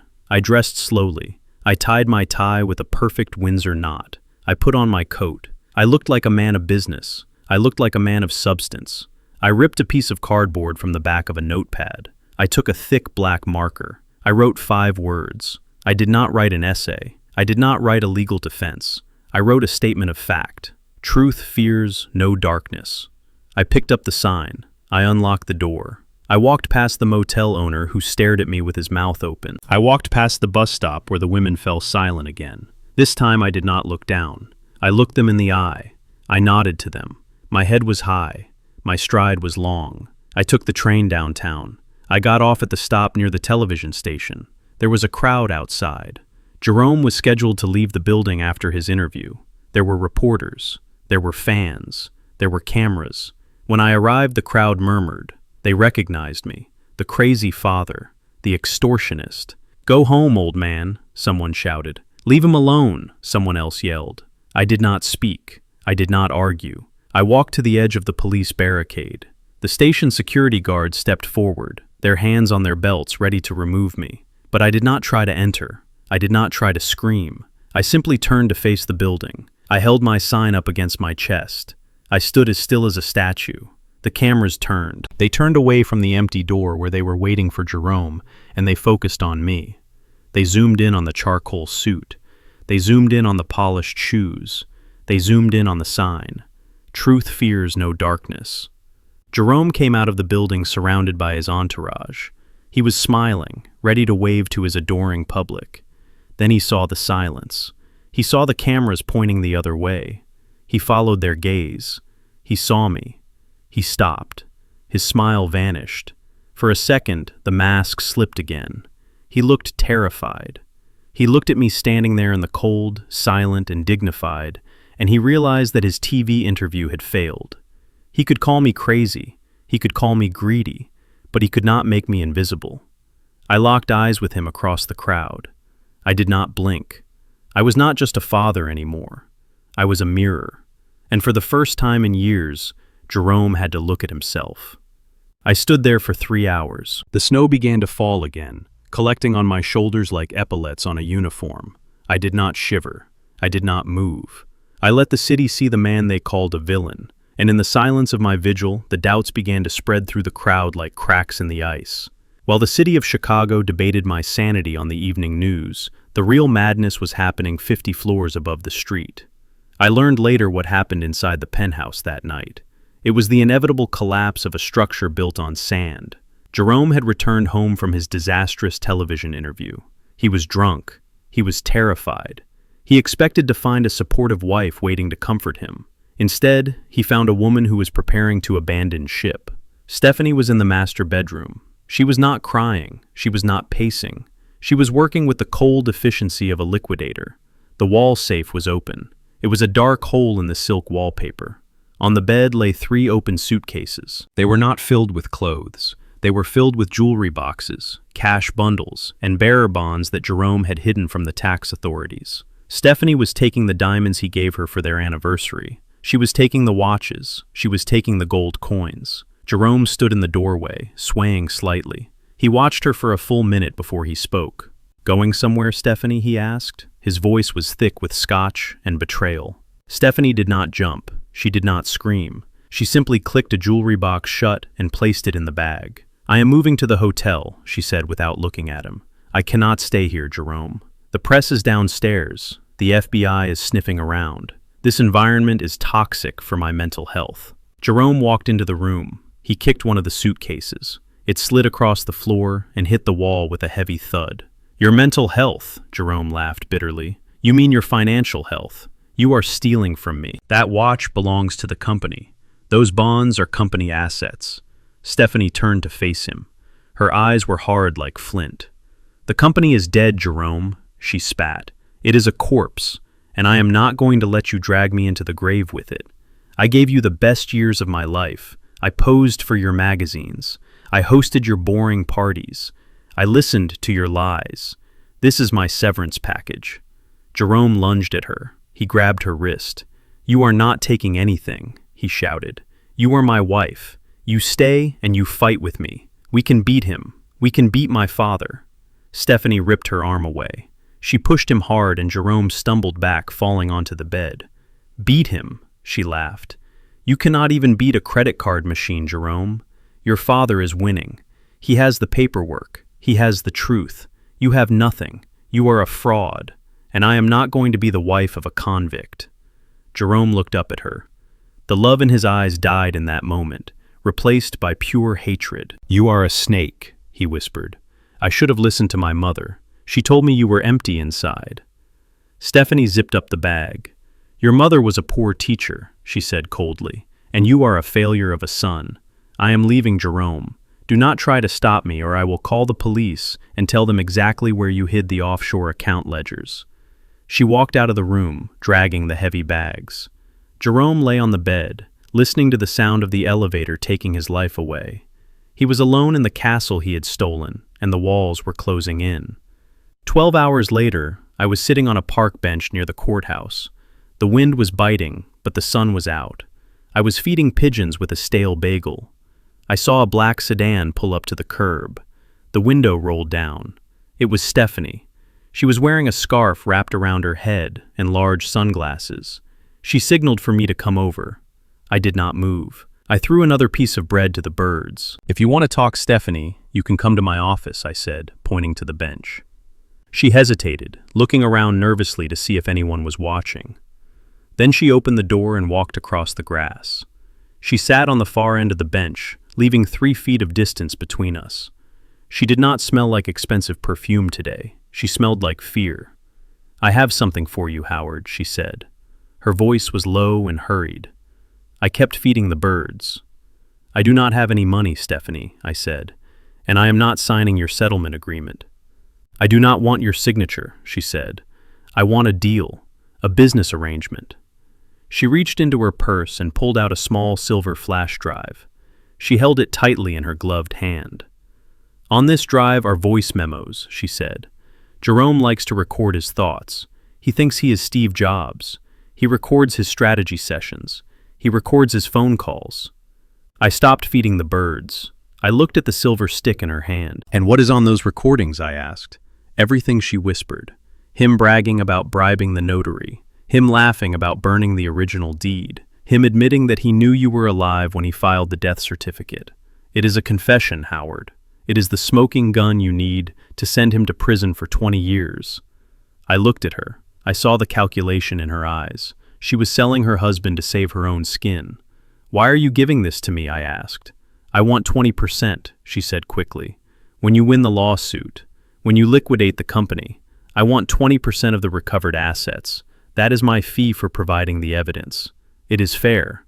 Without this you might lose. With this you win instantly."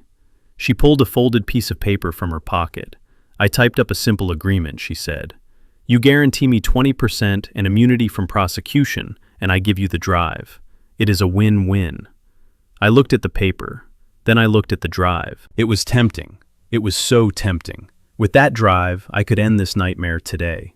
I could walk into court and destroy Jerome without saying a word. I could take back the land. I could reclaim Ruth's legacy. All I had to do was partner with the woman who had helped destroy it. I reached out and took the flash drive from her hand. It was warm. "Thank you, Stephanie," I said. She smiled. It was a greedy, victorious smile. "Great," she said, holding out a pen. "Just sign the paper and we are partners." I put the flash drive in my pocket. I did not take the pen. I looked at the pigeons fighting over crumbs on the pavement. "I am not signing anything, Stephanie," I said. Her smile vanished. "Excuse me," she said. "We have a deal. Give me back the drive." "No," I said. "I am keeping the drive, because it is evidence of a felony, and as a citizen, I have a duty to turn it over to the authorities." "You cannot do that," she hissed, reaching for my pocket. "That is theft."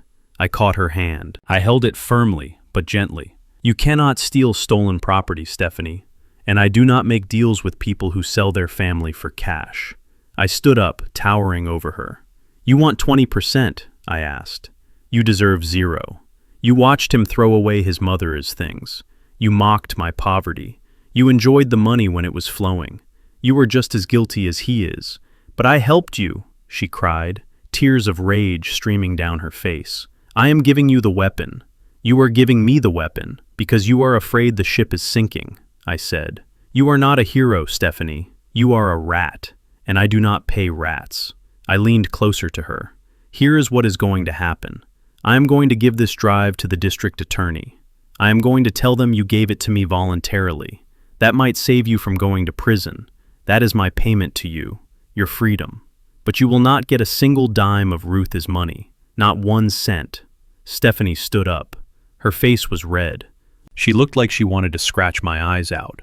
"You are a self-righteous old fool," she screamed. "You will regret this." I walked away from the bench. I felt the weight of the flash drive in my pocket. It was heavy. It was the weight of my son's destruction, but it was also the weight of the truth. "I regret a lot of things, Stephanie," I called back over my shoulder. "I regret not teaching my son better. I regret trusting you, but I will never regret keeping my hands clean." I walked toward the courthouse. I did not look back. I heard her car door slam. I heard her tires screech as she drove away. She was gone. She was out of our lives. She had tried to turn me into a conspirator, but she had failed. I was still Howard. I was still poor, but I owned myself. And soon, I would own the truth. The wind picked up, blowing leaves across the path. I touched the pocket where Ruth's diary lay against my chest. We were close now. The final battle was coming. And thanks to the greed of a traitor, I had the ammunition to end it. The federal courthouse in downtown Chicago was a building designed to make you feel small. The ceilings were 50 feet high, and the walls were lined with marble that cost more than my entire lifetime of earnings. The air conditioner hummed with a low mechanical drone that sounded like a giant holding its breath. I sat at the plaintiff's table next to Patricia. My hands were folded on top of the mahogany surface. I was wearing my charcoal suit. It was the same suit I wore to the television station. It was my armor. Across the aisle, Jerome sat surrounded by a team of 5 lawyers. They looked like a pack of wolves in shark-skin suits. They had leather briefcases and tablets and confident smiles. Jerome looked pale but composed. He refused to look at me. He kept his eyes fixed on the judge or on the papers in front of him. He was playing the role of the reluctant warrior, the son forced to fight his sick father. The judge was a stern woman named Honorable Judge Reynolds. She had gray hair pulled back in a tight bun and eyes that missed nothing. She tapped her gavel, and the sound echoed like a gunshot in the silent room. Jerome, his lead attorney, stood up. He was a man named Mr. Sterling. He was tall and thin, with a voice that sounded like oil pouring over gravel. He buttoned his jacket and walked toward the bench. "Your Honor, the defense moves to dismiss this case immediately," Mr. Sterling said. His voice was smooth and practiced. "This entire lawsuit is frivolous. It is based on documents that were legally declared destroyed a decade ago. Furthermore, the plaintiff lacks the mental capacity to understand the proceedings. We are wasting the court's time." Patricia stood up next to me. "Objection, Your Honor," Patricia said sharply. "The documents have been authenticated by the Federal Reserve, and my client is fully competent." Mr. Sterling smiled. It was a condescending smile. "Competent," he repeated. "Your Honor, Mr. Vance was found wandering the streets of the South Side 2 weeks ago, holding a cardboard sign. He has been living in a motel. He believes he is a paralegal genius because he once filed papers for a law firm. This is clearly a case of delusional disorder fueled by grief. We have filed a motion to suppress the so-called bearer share because it was obtained through theft." For the next 2 hours, I watched a master class in obstruction. Jerome's lawyers did not want to talk about the truth. They wanted to talk about procedure. They threw paper at the judge. They cited obscure precedents from 1950. They argued about the chain of custody. They argued about the font size on the affidavit. They argued about the definition of the word abandonment. It was suffocating. Every time Patricia tried to speak, Mr. Sterling would cut her off with another objection. He was burying the truth under a mountain of legal noise. I watched the judge. She was rubbing her temples. She looked annoyed. Jerome's strategy was working. They were making the case so boring and so complicated that the truth was getting lost. I looked at Jerome. He was texting under the table. He looked bored. He thought he had already won. He thought his expensive lawyers were building a wall that I could not climb. My heart hammered in my chest. I felt a bead of sweat roll down my back. If the judge dismissed the case now, it was over. Jerome would keep the land. He would keep the money, and I would be nothing but a crazy old man. Mr. Sterling walked back to his table and picked up a thick file. "Your Honor," he said, his voice dropping to a serious tone, "to prove that the plaintiff is unfit to proceed, we call our expert witness. The defense calls Dr. Aris to the stand." The doors at the back of the courtroom opened. A man walked in. He was wearing a suit that was even more expensive than Jerome is. He had silver hair and rimless glasses. He carried himself with an air of absolute authority. This was Dr. Aris. He was one of the most famous psychiatrists in Chicago. He was the kind of doctor who appeared on morning talk shows. Dr. Aris took the stand. He swore to tell the truth. He sat down and adjusted his microphone. "Dr. Aris." Mr. Sterling began. "Please state your credentials for the court." Dr. Aris smiled. It was a practiced smile, meant to put the jury at ease. "I have been a clinical psychiatrist for 30 years. I am the head of the Department of Neurology at Mercy Hospital. I have published 12 books on cognitive decline and dementia in the elderly." Mr. Sterling nodded. "And did you have occasion to evaluate the plaintiff, Mr. Howard Vance?" "Yes," Dr. Aris said. "I conducted a comprehensive evaluation of Mr. Vance last week, at the request of his family." I gripped the table. A comprehensive evaluation. I remembered meeting him. It was in a small room at the hospital, after I was released from police custody. He had walked in, looked at my chart, asked me 3 questions and left. "Please tell the court your findings," Mr. Sterling said. Dr. Aris turned to face the judge. His expression became grave. "Mr. Vance is suffering from advanced paranoia and retrograde fabrication," he said. "This is a condition where the patient invents a past to cope with a traumatic present. After the death of his wife, Mr. Vance suffered a psychotic break. He cannot accept that he is poor, so he invented a story where he is a secret millionaire. He invented the story about the land deed. To him, these lies are real. He is not lying on purpose. He is simply disconnected from reality. He is a danger to himself and his finances." Jerome wiped a tear from his eye. It was perfect timing. The jury looked at him with sympathy, Then they looked at me with pity. I was no longer a plaintiff. I was a patient. Dr. Aris continued. In my professional opinion, Mr. Vance lacks the capacity to manage his own affairs. He should be placed under a conservatorship immediately, ideally under the care of his next of kin, his son. The courtroom was silent. The weight of the doctor's words hung in the air like smoke. If the judge believed him, I would lose everything. I would lose my freedom. Jerome would become my legal guardian. He would lock me away in a facility, and I would never see the light of day again. Patricia looked at me. She looked worried. Howard, she whispered. I need to cross-examine him.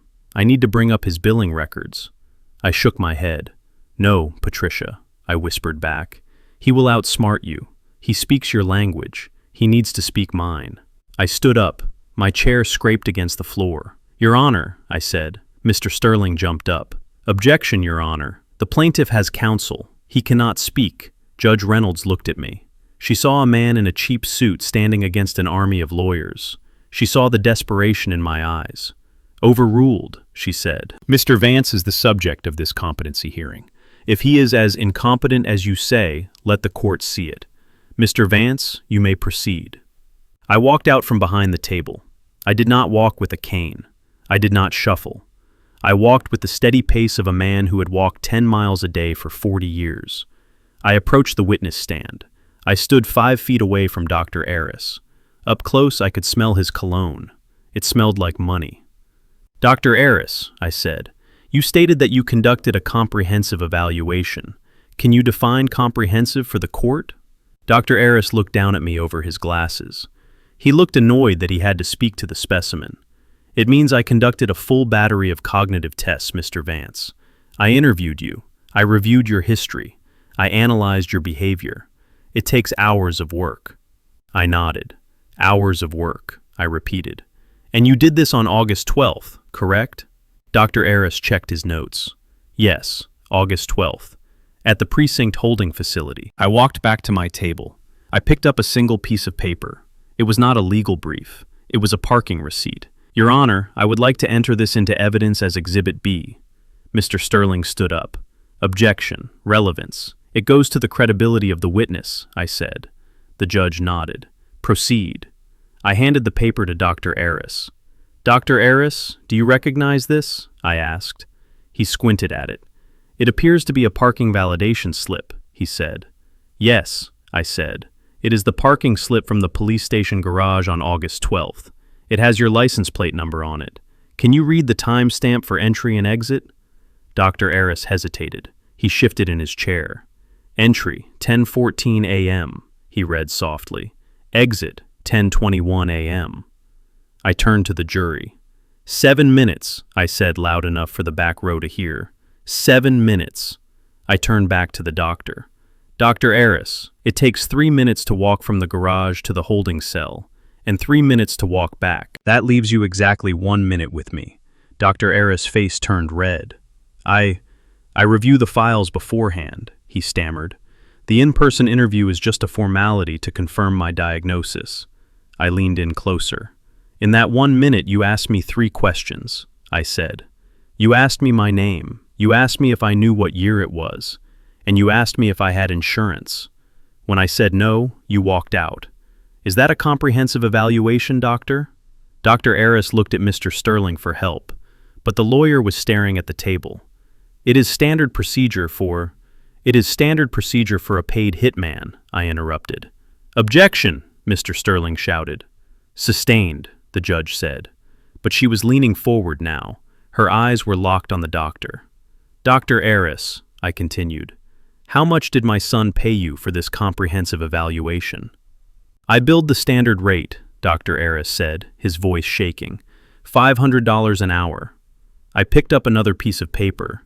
This one was a bank statement.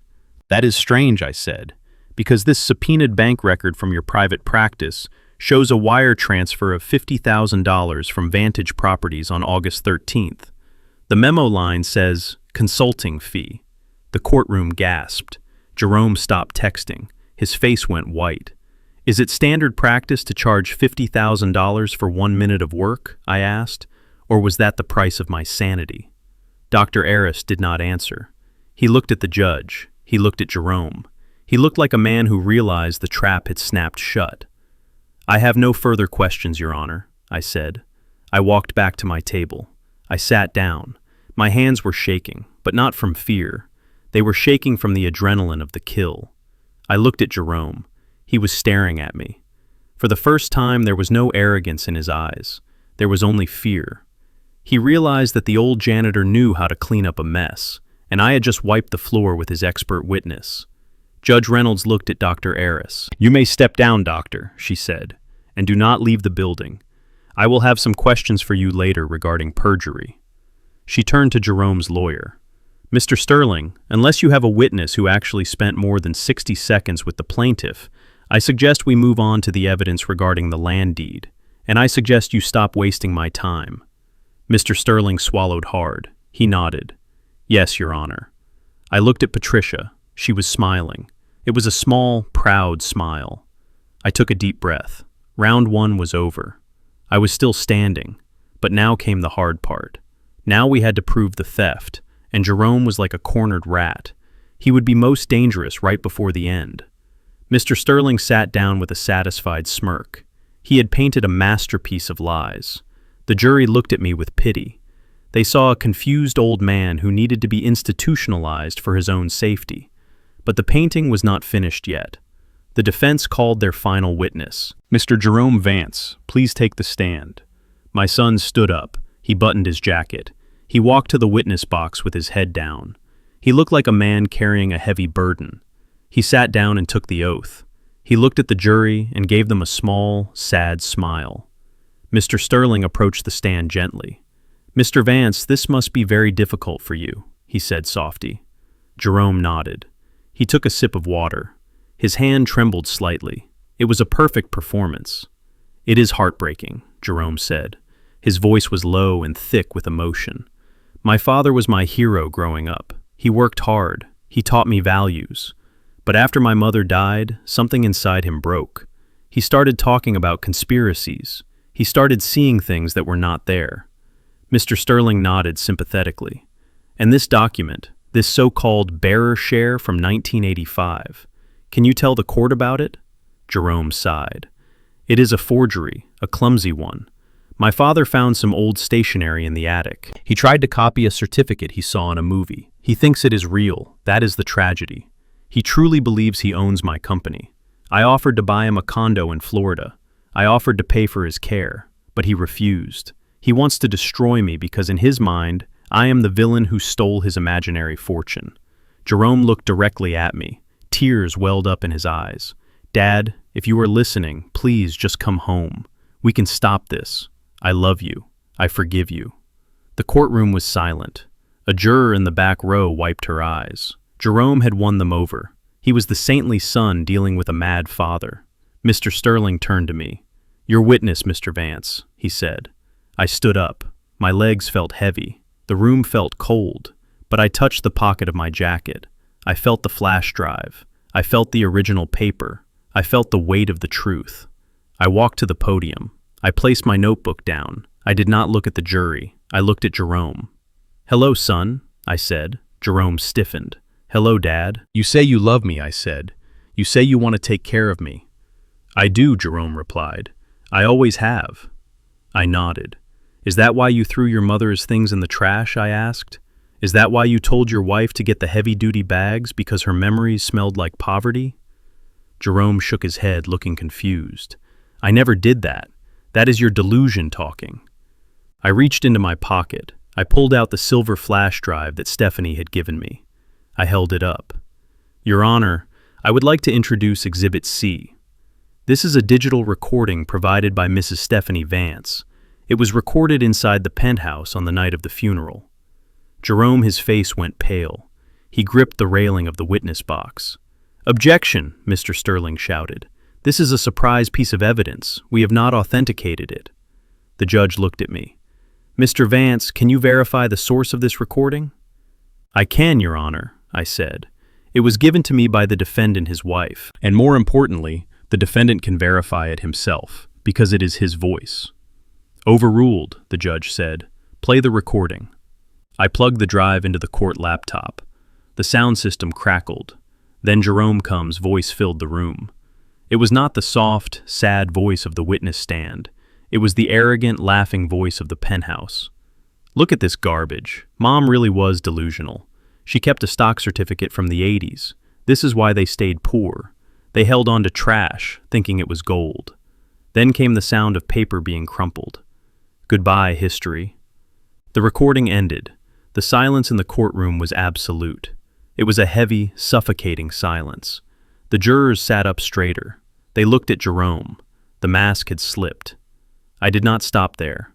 I walked to the evidence table. I picked up a plastic bag containing the cream-colored paper. You called this trash, Jerome, I said, holding the bag up. You said it was a fake. You said I forged it from old stationery. I turned to the judge. Your Honor, yesterday the FBI forensic lab completed their analysis of this document. They compared the paper fiber to the official stock used by the Chicago Land Trust in 1985. It is a match. They analyzed the ink. It is a match. But they found something else. I walked closer to Jerome. They found a fingerprint, I said. A latent fingerprint preserved in the oil of the paper. It was found on the back of the document, right over the handwritten note that my wife wrote to her son. Jerome was sweating now. He wiped his forehead. So what? Jerome snapped. It is Mom's fingerprint, or yours. You handled it. I shook my head. No, Jerome. It is not mine, and it is not Ruth's. The lab ran it through the database. It belongs to you. Jerome froze. Me? He whispered. Yes, I said, but not from last week. The oil analysis shows the print is old, 10 years old to be exact. I leaned in closer, my voice rising. It is from the day you found the deed in the attic, in 2010. The day you told the notary we were dead. You held this paper, you saw it, you knew it was real. And instead of giving it to us, you hid it. You tried to burn it, but you could not do it.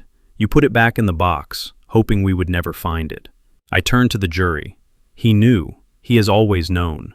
He built his tower on a lie, and he buried the truth in a metal box. Jerome stood up.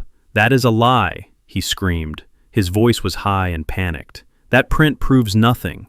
I touched it when I was cleaning. You are twisting everything. I pointed at him. You are under oath, Jerome. Did you or did you not sign an affidavit of abandonment in 2010, stating you had no knowledge of this document? Jerome looked at his lawyer. Mr. Sterling was staring at the floor. He knew it was over. Jerome stammered. Answer the question, I shouted. The anger of 40 years poured out of me. Answer your father. I did not know it was valuable, Jerome yelled. I thought it was just paper. You were supposed to be dead. You were supposed to be out of my life. The courtroom gasped. Jerome clamped his hand over his mouth. He realized what he had said. He had just admitted that he wanted us dead. He had admitted the fraud. I turned to Judge Reynolds. The plaintiff rests, Your Honor. I walked back to my seat. I felt Patricia squeeze my hand. Her hand was warm. My hand was cold. I sat down and looked at the seal on the wall. Justice. It was a word I had believed in all my life. Today I would see if it was real. Judge Reynolds stared at Jerome for a long time. She did not look impressed. She looked furious. She looked like a woman who had been insulted in her own house. She picked up the cream-colored paper from the evidence desk. She looked at the seal. She looked at the code. Then she looked at Jerome. Mr. Vance, you have come into my courtroom and you have insulted the intelligence of this bench. You have lied under oath. You have fabricated a story about your father's mental health to cover up your own greed. She picked up her gavel. The evidence is overwhelming. The recording proves malice, the fingerprint proves knowledge, and your own outburst proves intent. She banged the gavel. The sound was like a thunderclap. I find in favor of the plaintiff, Mr. Howard Vance. The court recognizes the validity of the bearer share, the ownership of the Chicago Logistics Land Trust, and all assets built upon it, including the Vantage Tower, is hereby transferred to the holder of the share, Mr. Howard Vance, effective immediately. Jerome slumped in his chair. He looked like a puppet whose strings had been cut. Furthermore, the judge continued, her voice hard as steel. The court finds clear and convincing evidence of perjury, deed fraud, and elder abuse. She pointed a finger at the 2 U.S. Marshals standing by the door. Officers, please take Mr. Jerome Vance into custody. He is to be held without bail pending federal indictment. Jerome's eyes went wide. "No," he screamed. "You cannot do this. I am a CEO. I have a meeting in Tokyo tomorrow. You cannot arrest me." The marshals moved fast. They grabbed Jerome by the arms. They pulled him out of the witness box. He kicked and struggled. "Dad," Jerome yelled. "Dad, help me. Tell them to stop. I will give you the money. I will give you half. Just tell them to stop." I stood up. I looked at my son. He was being dragged away, just like he had tried to drag me away to the nursing home. The circle was complete. "I cannot help you, son," I said softly. "You threw away your help. It was in the trash." They cuffed him. The metal clicked shut. It was the same sound I heard when they cuffed me at the bank. But this time, the cuffs were on the right wrists. Jerome looked at me one last time before they pushed him through the side door. His eyes were full of tears, but I did not see remorse. I only saw regret that he had been caught. The heavy door slammed shut. The courtroom was silent again.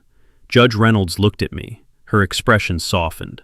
"Mr. Vance," she said, "I am sorry for your loss, and I am sorry for what you have endured. The court apologizes on behalf of the system that failed you." "Thank you, Your Honor," I said. I picked up the plastic bag with the cream-colored paper. I held it to my chest. It was over. The war was over. I had my dignity. I had my truth. And somewhere in the silence, I felt Ruth smiling. I turned to Patricia. "Let us go," I said. "Where?" she asked, wiping a tear from her cheek. "To the building," I said. "I have some evictions to process, and I have a legacy to rebuild." We walked down the center aisle. The jurors watched us go. Some of them nodded with respect. I pushed open the heavy doors of the courthouse and stepped out into the sunlight. The air smelled different. It did not smell like exhaust and cold pavement anymore. It smelled like spring. It smelled like victory. The sound of the gavel hitting the wood was the loudest sound I have ever heard. It was not just a piece of wood hitting a block. It was the sound of a guillotine blade dropping on an empire built of smoke and mirrors. Within seconds of the judge's ruling, the news hit the wire services. I watched the reaction on the large monitor mounted on the courtroom wall, which was silently broadcasting the financial news. The ticker symbol for Vantage Properties flashed across the bottom of the screen. It was red, a deep, angry red. The stock did not just fall, it plummeted. It was a free fall that defied gravity. Traders on the floor of the exchange were shouting and waving their arms. Sell orders flooded the system like a tsunami. In 10 minutes, $500 million of market capitalization evaporated into thin air. It was like watching a sandcastle dissolve under a high tide. The investors who had dined with Jerome just days ago were now scrambling to save their own skins, dumping their shares for pennies on the dollar. But the collapse was not just digital, it was physical. Across the city at the construction site of the Vantage Tower, the foreman received a call. I imagined him listening to the voice on the other end, his face turning pale. He blew a whistle. The massive cranes that hovered over the skyline like steel giants stopped moving. The engines went silent. The workers put down their hammers and their welding torches. They walked off the job site, leaving the steel skeleton of Jerome's dream, unfinished and abandoned. My phone buzzed in my pocket. It was a notification from Mr. Albright. The bank had moved with ruthless efficiency. They had foreclosed on the corporate account. They had seized the luxury cars. They had dispatched private security to the penthouse to change the locks. The kingdom was being dismantled, brick by brick, while the king was still sitting in the witness box. I looked at Jerome. He was staring at the screen too. His mouth was open. He was watching his net worth drop from 9 figures to 0 in real time. He looked at his lawyers. Mr. Sterling was already packing his briefcase. He was not looking at Jerome anymore. He was checking his watch, calculating how much of his legal fee he would actually be able to collect from a bankrupt client. The sharks were sensing the blood in the water, and they were swimming away. The judge's order had been absolute. The assets were frozen. The liquidity was gone. Jerome Vance, the boy wonder of Chicago real estate, was now legally insolvent. The suits he wore belonged to the bank. The watch on his wrist belonged to the creditors. Even the air he was breathing felt borrowed. The speed of the destruction was terrifying. It took 40 years to build a reputation, but only 40 minutes to destroy it. The economy is a cruel master. It does not care about your dreams or your potential. It only cares about the truth. And the truth was that Jerome owned nothing. He was a tenant in a house of cards, and the wind had finally blown. The silence in the courtroom was broken by the jingle of heavy metal. The U.S. Marshals stepped forward. They were not smiling. They were not impressed by Jerome's tailored suit or his perfectly cut hair. To them, he was just another federal prisoner.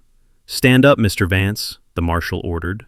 Jerome stood up slowly. His legs were shaking so bad I thought he might fall.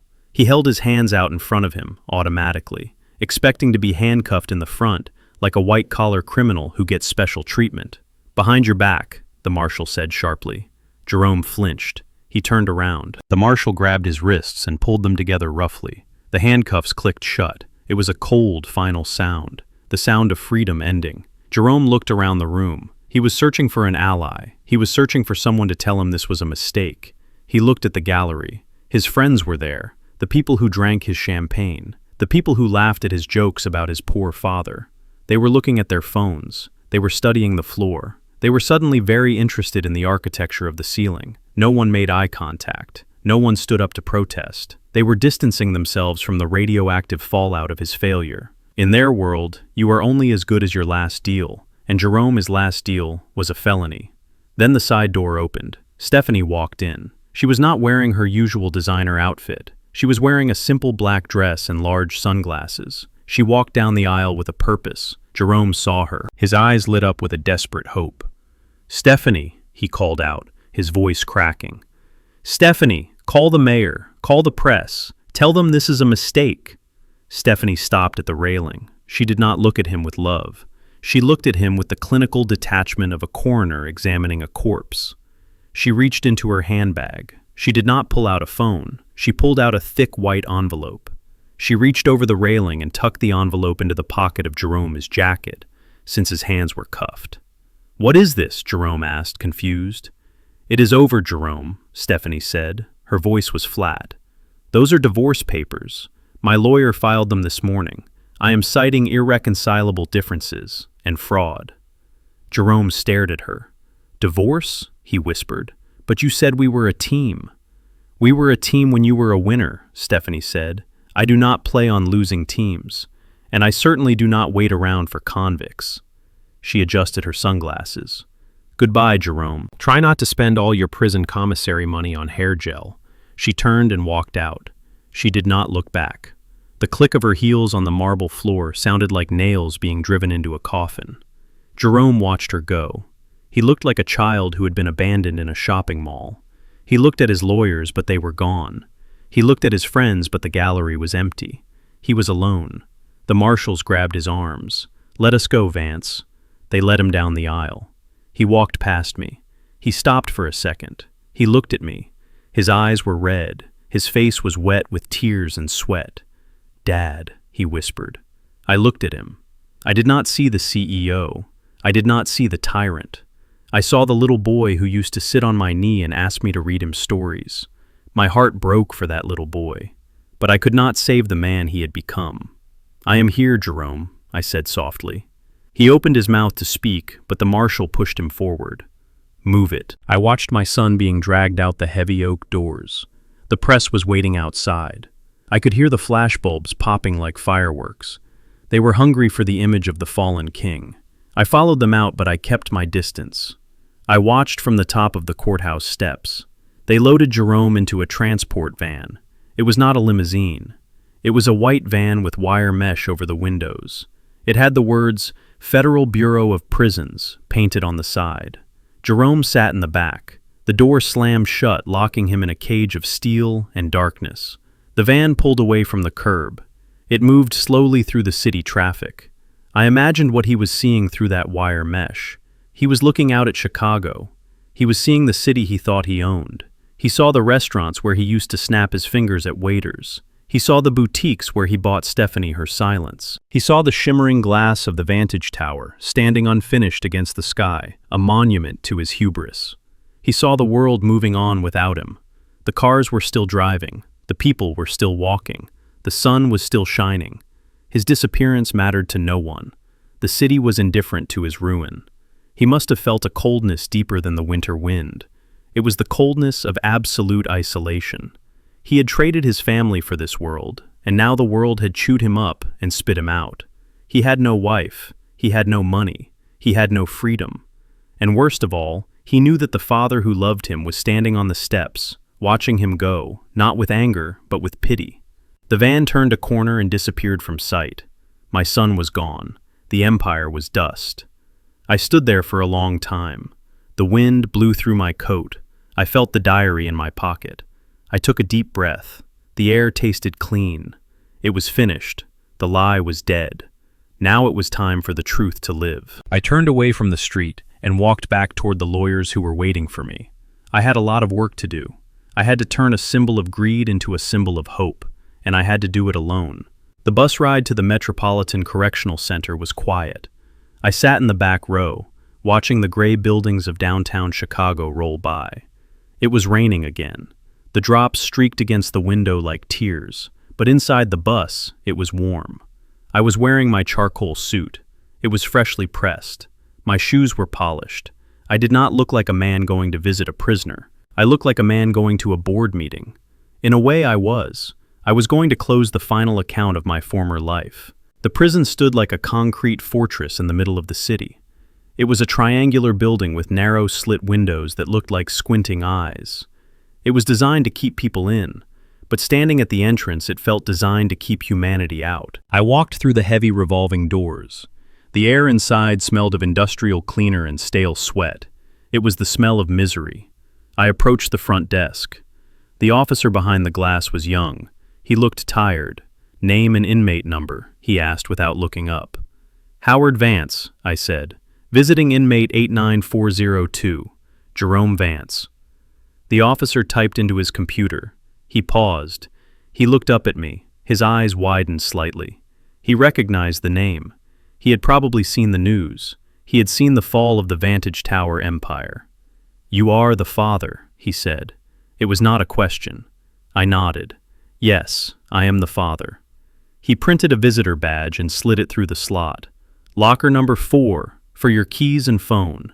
No electronics, no sharp objects, no dignity." He did not say the last part, but it hung in the air. I put my phone and my keys in the locker.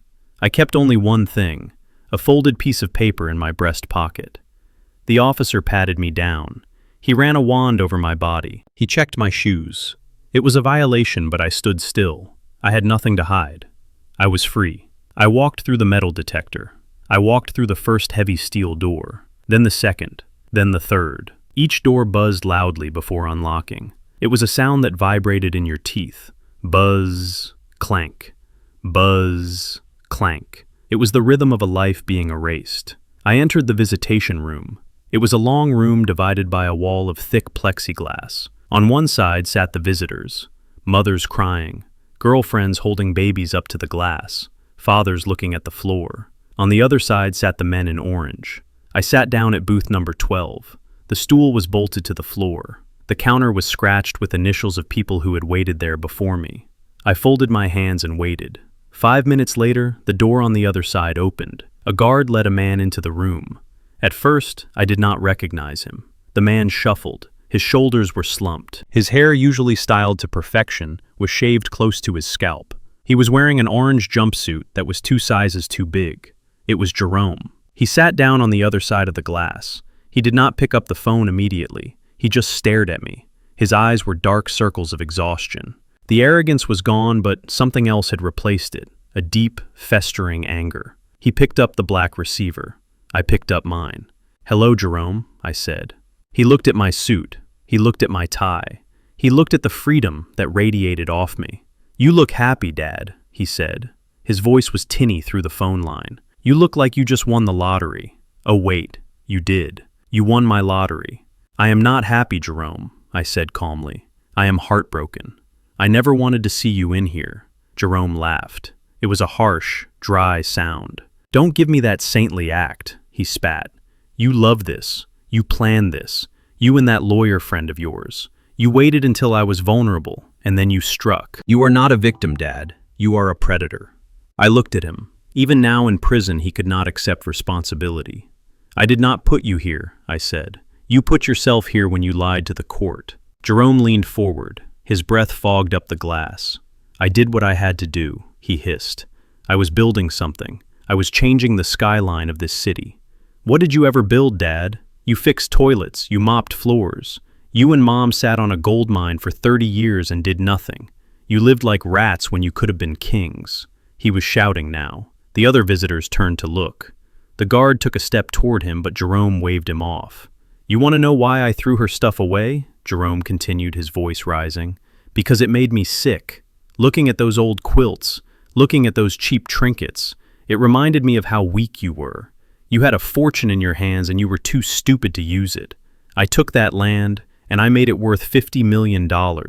Me, my vision, my work, and you stole it because you were jealous." He stood up. He slammed his hand against the glass. "You were always jealous of me," he screamed. "You hated that I was smarter than you. You hated that I made it out of the South Side. You wanted to drag me back down to your level. Well, congratulations, Howard. You did it. I am in a cage. Are you satisfied? Is this enough for you?" I sat perfectly still. I let his words wash over me. They were hateful words, but they were also revealing. They showed me the depth of his sickness. He truly believed that poverty was a sin and that wealth justified any crime. He had not just lost his way, he had lost his soul. I thought about Ruth. I thought about how she used to knit those quilts he hated. I thought about how she saved coupons to buy him his first encyclopedia. She didn't do it because she was stupid. She did it because she believed in investing in people, not things. Jerome sat back down, breathing heavily. He looked at me with pure venom. "So what happens now?" he asked. "You sell the company, you buy a big house, you pretend to be somebody you are not. You will fail, Dad. You do not know how to manage that kind of money. You will be broke in a year, and I will laugh from this cell." I looked at my son. I felt a tear slide down my cheek. I was not crying for myself. I was crying for the little boy who used to hold my hand. That boy was dead. I reached into my breast pocket. "I am not going to sell the company, Jerome," I said softly, "and I am not going to buy a big house." I pulled out the folded piece of paper. It was a photocopy of the back of the bearer share. Jerome rolled his eyes. "Oh God, not the paper again. Put that trash away." I unfolded it. I pressed it against the glass. "You never looked at the back, Jerome," I said. "You were so busy throwing it away you never turned it over." Jerome looked at the paper. He squinted. "What is that?" he asked. "It is a note," I said, "from your mother." Jerome went quiet. He leaned in closer. He read the handwriting. It was Ruth's handwriting. The loops were graceful and familiar. I read it out loud through the phone, my voice steady. "My dearest son Jerome, this certificate represents the land your father and I bought the year you were born. We worked a lifetime to keep it safe for you. It is not just dirt. It is your inheritance. We have placed it in this trust to be given to you on your 35th birthday. We wanted you to have the capital to build your dreams, but we also wanted you to have the maturity to use it wisely. If you are reading this, it means you have grown into the man we prayed you would be, honest, kind, and humble. We love you more than life itself. Love Mom and Dad." I lowered the paper. Jerome stared at the glass. His mouth opened slightly. His eyes darted back and forth, reading the words over and over again. His 35th birthday was next week. He had stolen the deed 5 years ago. He had lied. He had cheated. He had destroyed his family, all for something that was already his. "If you had just waited," I whispered. "If you had just come to us. If you had just treated us with a shred of dignity. You would have had it all, Jerome. The land, the money, the tower. It was a gift. It was always a gift." Jerome's face crumbled. The anger vanished. The arrogance vanished. He looked like a man who had just been shot in the stomach. I owned it," he stammered. "Yes," I said, "you owned it. But you had to steal it because you didn't trust us. You thought we were stupid, but we were just waiting for you to be ready." Jerome put his hand on the glass. He was shaking. Mom wrote that he whispered. "Yes," I said. "She wrote it the day we put the paper in the box. She believed in you, Jerome. Even when I had doubts, she believed you were good." Jerome let out a sound that was not human. It was a wail of absolute despair. He realized the magnitude of his mistake. He had not been fighting an enemy. He had been fighting love, and by winning the battle, he had lost the war. He slid out of his chair. He fell to his knees on the dirty prison floor. He still held the phone to his ear. He was sobbing now, ugly, racking sobs that shook his entire body. "Dad," he cried. "Dad, I didn't know. I didn't know." I looked down at him. The glass separated us, but the truth separated us even more. "You didn't look," I said. "That is your sin, Jerome. You never looked past the surface." I hung up the phone. "Dad, wait," he screamed. I couldn't hear him through the thick glass, but I could read his lips. "Please, forgive me." I stood up. I folded the paper and put it back in my pocket. I looked at my son one last time. He was on his knees, begging for a salvation that I could not give him. He had to find it himself in the darkness of that cell. I turned around. I walked toward the heavy steel door. I did not look back. I heard the buzz of the lock. I stepped out of the room, leaving the weeping man behind. I walked through the 3 steel doors. I walked through the metal detector. I collected my keys and my phone. I walked out into the rain. I took a deep breath. The air was cold, but I was warm. I had delivered the message. Ruth's voice had finally been heard. And as I walked toward the bus stop to go back to my empty room, I felt a strange sense of peace. The burden was gone. The truth was out. And the paper that should have stayed buried had finally done its job. My voice was steady as I began to read the words written in the faded blue ink. The prison visiting room was noisy with the sounds of other families weeping and arguing. But in our little bubble of tragedy, the world fell silent. Jerome sat frozen on the other side of the glass. He was staring at the piece of paper in my hand as if it were a holy relic he had desecrated. I adjusted my glasses and focused on Ruth's handwriting. It was elegant, and looped the same handwriting that had signed his report cards and written his lunchbox notes for 18 years. "My dearest son Jerome," I read aloud. "If you are reading this, it means that you have reached your 35th birthday. It means that your father and I have officially handed over the stewardship of the Chicago Logistics Trust to you. We know you have wondered why we lived so simply all these years. We know you were embarrassed when we drove that old car and shopped with coupons. We saw the way you looked at your friends' houses and wished you had more. But my son, we were not poor. We were patient. We bought this land when it was nothing but a dumping ground because we saw the future. We saw a future where a young black man named Jerome Vance could build a skyline without having to beg a bank for a loan. We saved every penny to pay the property taxes. We ate beans so you could eat steak. We wore rags so you could wear suit. We did this because we wanted to give you the one thing we never had. We wanted to give you total freedom. This land is yours, Jerome. It is worth millions now, but to us, it is just the soil where we planted our hope for you. Use it well.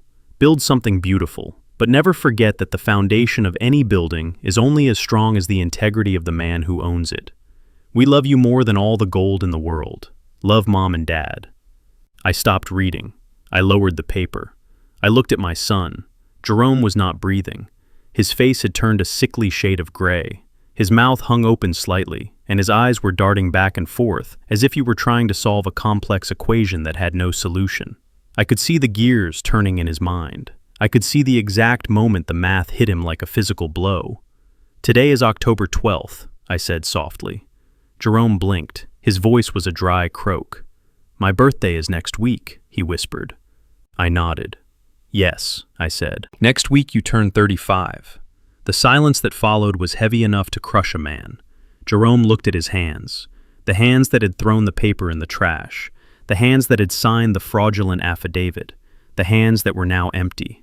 He realized then the magnitude of his tragedy. It was not just that he had lost, it was that he had never needed to fight. The war he had waged against his own parents was a war against his own inheritance. He had lied to the courts. He had bribed a notary. He had humiliated me on national television. He had destroyed his reputation. He had lost his wife. He had lost his freedom. And he had done it all to steal something that was already wrapped in a box with his name on it.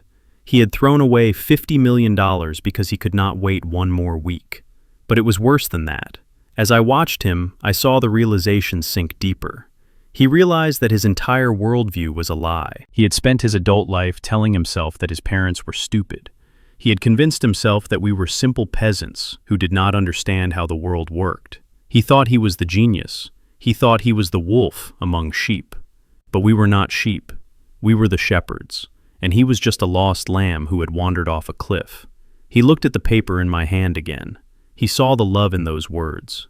We ate beans so you could eat steak. He remembered those dinners. He remembered complaining about the food. He remembered looking down on us. Now he knew that every bite of food he ate was paid for by our sacrifice. Every suit he wore was bought with our silence. He had called his mother delusional. He had called her a hoarder. He had laughed as he threw her legacy into a smart trash can. Now that legacy was the only thing standing, and he was the one in the rubble. Jerome began to shake. It started in his hands and spread to his shoulders. He looked at me with eyes that were wide with horror. He was not looking at a janitor anymore. He was looking at the man who had outsmarted him by simply being honest. He was looking at the father who had tried to hand him a kingdom, only to have his hand bitten. I owned it, he stammered. His voice was rising in panic. It was mine. It was all mine. Yes, Jerome, I said. It was yours. I didn't have to steal it, he cried. I didn't have to lie. I didn't have to go to prison. No, I said. You didn't. He grabbed his head in his hands. He pulled at his short hair. I am an idiot, he screamed. I am a fool. I threw it away. I literally threw it away. He was replaying that moment in the penthouse. The moment the paper fell out of the box. The moment he sneered at it. If he had just turned it over. If he had just read the back. If he had just paused for 1 second to respect his mother's memory, he would be a free man today. He would be the richest man in Chicago. He would be celebrating his birthday on a yacht. Instead, he was going to celebrate it in a 6-by-8-foot cell, eating prison food, while I managed his empire. The irony was sharper than any knife. It cut through his narcissism. It cut through his ego. It left him raw and bleeding. He looked at me, and for the first time I saw genuine agony. Not the agony of getting caught, but the agony of knowing that he was the architect of his own destruction. Mom knew, he whispered. She knew I was greedy. That is why she put the age limit. She knew I would try to take it too soon. She hoped you wouldn't, I corrected him. She prayed you wouldn't. But Ruth was a teacher, Jerome. She knew that some lessons can only be learned the hard way. Jerome let out a sound that tore at my heart. It was a wail of pure regret. He slid out of his chair and fell to the dirty linoleum floor of the visiting room. He pressed his forehead against the cold metal beneath the counter. He was sobbing so hard his back heaved. I am sorry, he choked out. I am so sorry, Dad. Please, get me out of here. I will change. I swear I will change. Give me the paper. Please give me the paper. I looked down at him. My son. The boy I had taught to ride a bike. The man who had tried to erase me. I stood up slowly. My knees popped. I felt tired. Not the tiredness of age, but the tiredness of a long journey coming to an end. I cannot give you the paper, Jerome, I said. It is evidence now. And even if I could, it wouldn't help you. The trust is broken. I placed my hand on the thick plexiglass. It was cold. It was a barrier that would never truly be removed. Even if he got out of prison in 10 years, the wall between us would remain. Jerome looked up. His face was a mask of snot and tears. He crawled up and pressed his hand against the glass, matching mine. Dad, please, he begged. Do not leave me here. I am scared. I have nothing. You have the truth now, son, I said. It is a harsh companion, but it is the only one that will never lie to you. I withdrew my hand. I folded the letter carefully and placed it back in my pocket next to my heart. Goodbye, Jerome, I said. Dad, wait, Jerome screamed. I turned around. I walked toward the heavy steel door. Dad, come back, he yelled. I love you. I love you, Dad. I paused for a second. My hand hovered over the door handle. I wanted to turn back. I wanted to save him. That is the curse of being a parent. You always want to catch them when they fall. But I knew that if I caught him now, he would never learn to stand. He needed to fall. He needed to hit the bottom. I pushed the door open. The buzzer sounded loud and harsh. I love you too, son, I whispered to the empty air. I walked through the door, and it slammed shut behind me, cutting off his screams. I walked through the long, gray corridors. I walked past the guards who watched me with indifference. I walked out into the lobby and collected my things. When I stepped outside, the rain had stopped. The sun was breaking through the clouds, shining on the wet pavement. The city sounded busy and alive. I buttoned my coat. I touched the pocket where the letter lay. Ruth, I said quietly. We did it. He knows. I walked down the street. I was an old man with no home and a broken family. But as I walked, I felt a strange lightness. The secret was out. The burden was down. And for the first time in a long time, I was walking toward a future that belonged to me. The fall of the House of Vance did not stop with Jerome. The shock waves rippled outward, catching everyone who had feasted on the stolen wealth. Stephanie thought she was clever. She thought that by handing me the flash drive, she had bought her freedom. She thought she could divorce Jerome, walk away with her jewelry, and start a new life in Europe, finding another rich husband to parasitize. She was wrong. 2 weeks after Jerome was sentenced, the federal clawback lawsuits began. The bankruptcy court appointed a trustee to recover every cent that had been spent using funds from the Chicago Logistics Trust. Stephanie's divorce settlement was worthless because Jerome had no assets to give her. But it got worse for her. The trustee went after her personal accounts. They went after the jewelry she had tried to smuggle out. They went after the designer clothes she had bought with company credit cards. I remember sitting in my lawyer Patricia's office when the news came in. Stephanie had tried to sue the estate, claiming she was an innocent spouse who knew nothing of the fraud. But Patricia had done her homework. We produced the text messages where Stephanie mocked my poverty. We produced the receipts from the day she tried to force me to sign the settlement. We proved that she was not a victim. She was a beneficiary. The judge stripped her of everything. The penthouse was seized. Her car was repossessed in front of a yoga studio while her friends watched. Her socialite friends who used to drink her wine and laugh at her jokes stopped returning her calls. In their world, poverty is a contagious disease, and Stephanie was patient zero. I saw her one last time about 6 months later. I was walking through a department store to buy a new winter coat. I passed the cosmetics counter. There was a woman standing there wearing a smock that was too big for her, applying makeup to a customer. She looked tired. Her hands were rough. It was Stephanie. She looked up and saw me. For a second, she froze. She looked like she wanted to say something. Maybe she wanted to beg. Maybe she wanted to scream. But she just looked down and continued working. She was finally earning an honest living. It was the hardest punishment of all for a woman who thought labor was beneath her. While Stephanie was learning the value of $1, I was learning how to spend millions of them. I did not move into the penthouse. I sold it. I sold the yacht. I sold the sports cars. I liquidated every symbol of Jerome represents greed. I took that mountain of cash and I went back to the South Side. I went back to the land where Ruth and I had dreamed of a future. The steel skeleton of the Vantage Tower was still standing there, rusting in the rain. Most developers would have torn it down or finished it as luxury condos to make a quick profit. I fired the original architects. I hired a new firm. I told them we were not building a monument to ego anymore. We were building a monument to community. The new plans were for the Ruth Vance Center. It would be a mixed-use development, low-income housing that didn't look like a prison, a community center with a library, a computer lab where kids could learn to code, just like I taught Jerome, a clinic for the elderly. The lead architect was a man named Mr. Evans. He was used to working with developers who wanted to cut every corner to save a dime. We stood on the muddy construction site wearing hard hats. The wind was blowing through the steel beams. Mr. Evans was holding a blueprint. "Mr. Vance," he said, pointing to the specs for the residential units. "We can save $2 million if we switch the flooring from hardwood to vinyl laminate, and we can use grade C insulation instead of grade A. The tenants are subsidized. They won't know the difference." I looked at him.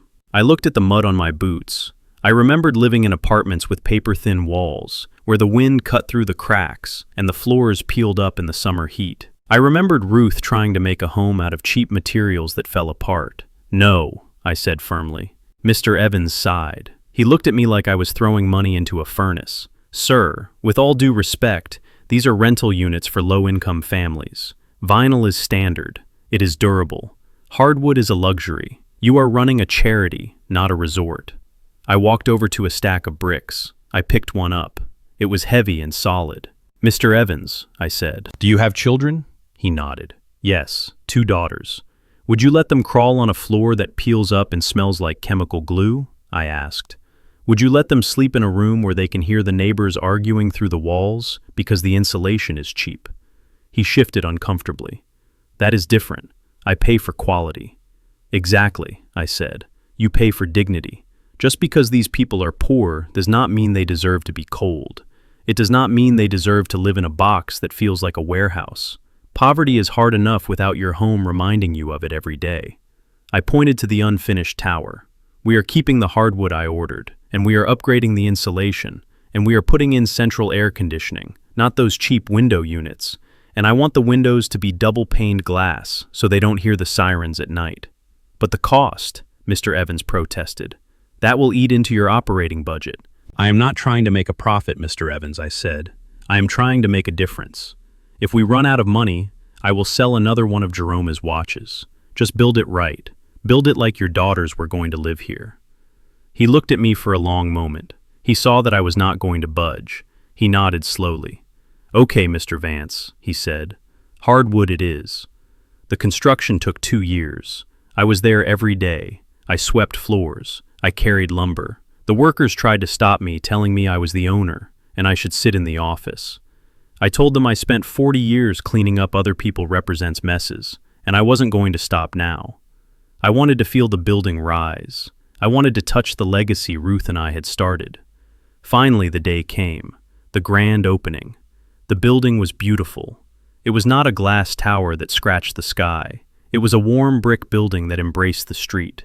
There were flower boxes in the windows. There was a playground filled with laughing children. The sign over the door was carved in simple stone, the Ruth Vance Community Center. I did not invite the press. I did not cut a ribbon. I just unlocked the doors and let the neighborhood in. I watched an old woman walk into the lobby. She touched the walls. She looked at the clean, bright space. She started to cry. She told me she had never lived in a place that didn't smell like mildew. That was my payment. That was my dividend. Now every Tuesday afternoon, I go to the park across the street from the center. I meet Mr. Albright there. He retired from the bank a few months ago. He said the excitement of my case made regular banking seem boring. We sit at a concrete table and play chess. Mr. Albright moved his knight, taking my pawn. Check, he said, smiling. You are losing your touch, Howard. I looked at the board. I moved my bishop. Checkmate, I said. Albright laughed. He shook his head. I never see that bishop coming. You are a dangerous man, Howard. I leaned back on the bench. The autumn sun was warm on my face. I looked across the street at the center. I saw teenagers walking into the computer lab. I saw a young father carrying groceries into his apartment. I saw a life that had grown out of a garbage dump. I reached into my pocket and touched the folded piece of paper. The letter. I carried it with me every day. It was soft now, worn from my touch. It was no longer a legal weapon. It was just a letter from a mother to a son. I thought about Jerome. He was 3 years into his sentence. He had started teaching reading classes to the other inmates. He wrote me letters. They were short and awkward, but they were honest. He didn't ask for money anymore. He asked about the building. He asked about the weather. He was learning to be a man without the shield of wealth. Maybe one day when he gets out, he can come here. Maybe he can teach in the computer lab. Maybe he can finally earn the inheritance he tried to steal. I looked at Albright. You know, I said, people think the legacy is the money. They think it is the building. Albright nodded, looking at the center. It is a fine building, Howard. It is just bricks, I said. The legacy is the truth. The legacy is knowing that you can lose everything and still have yourself. Jerome thought he was a king because he stood on a pile of money, but he was a slave to it. I was a janitor, but I was free. I took a deep breath. The air smelled of falling leaves and the coffee from the bakery down the street. My name is Howard Vance. I am 71 years old. I used to be invisible. I used to be the man you walked past without seeing. But I learned that the most powerful things in the world are often the ones you overlook. A crumpled piece of paper in the trash. A quiet woman who saves coupons. A father who refuses to sign his name. I looked directly at the imaginary camera that follows us all, the camera of history. Never underestimate the power of dignity. And never, ever throw away the past, until you have read the writing on the back. I stood up. Come on, Albright, I said. I promised the kids I would show them how to fix the radiator in the library. We walked across the street together, 2 old men in the golden light. Behind us, the leaves swirled on the ground covering the path we had walked. But the building stood strong, a testament to a love that refused to be buried. And that, my friends, is the story of how a piece of trash took down an empire. Thank you for listening. If this story moved you, please share it with someone who needs to be reminded of their worth. And always remember, the truth might be buried, but it never dies. This is Howard, signing off. See you in the next story.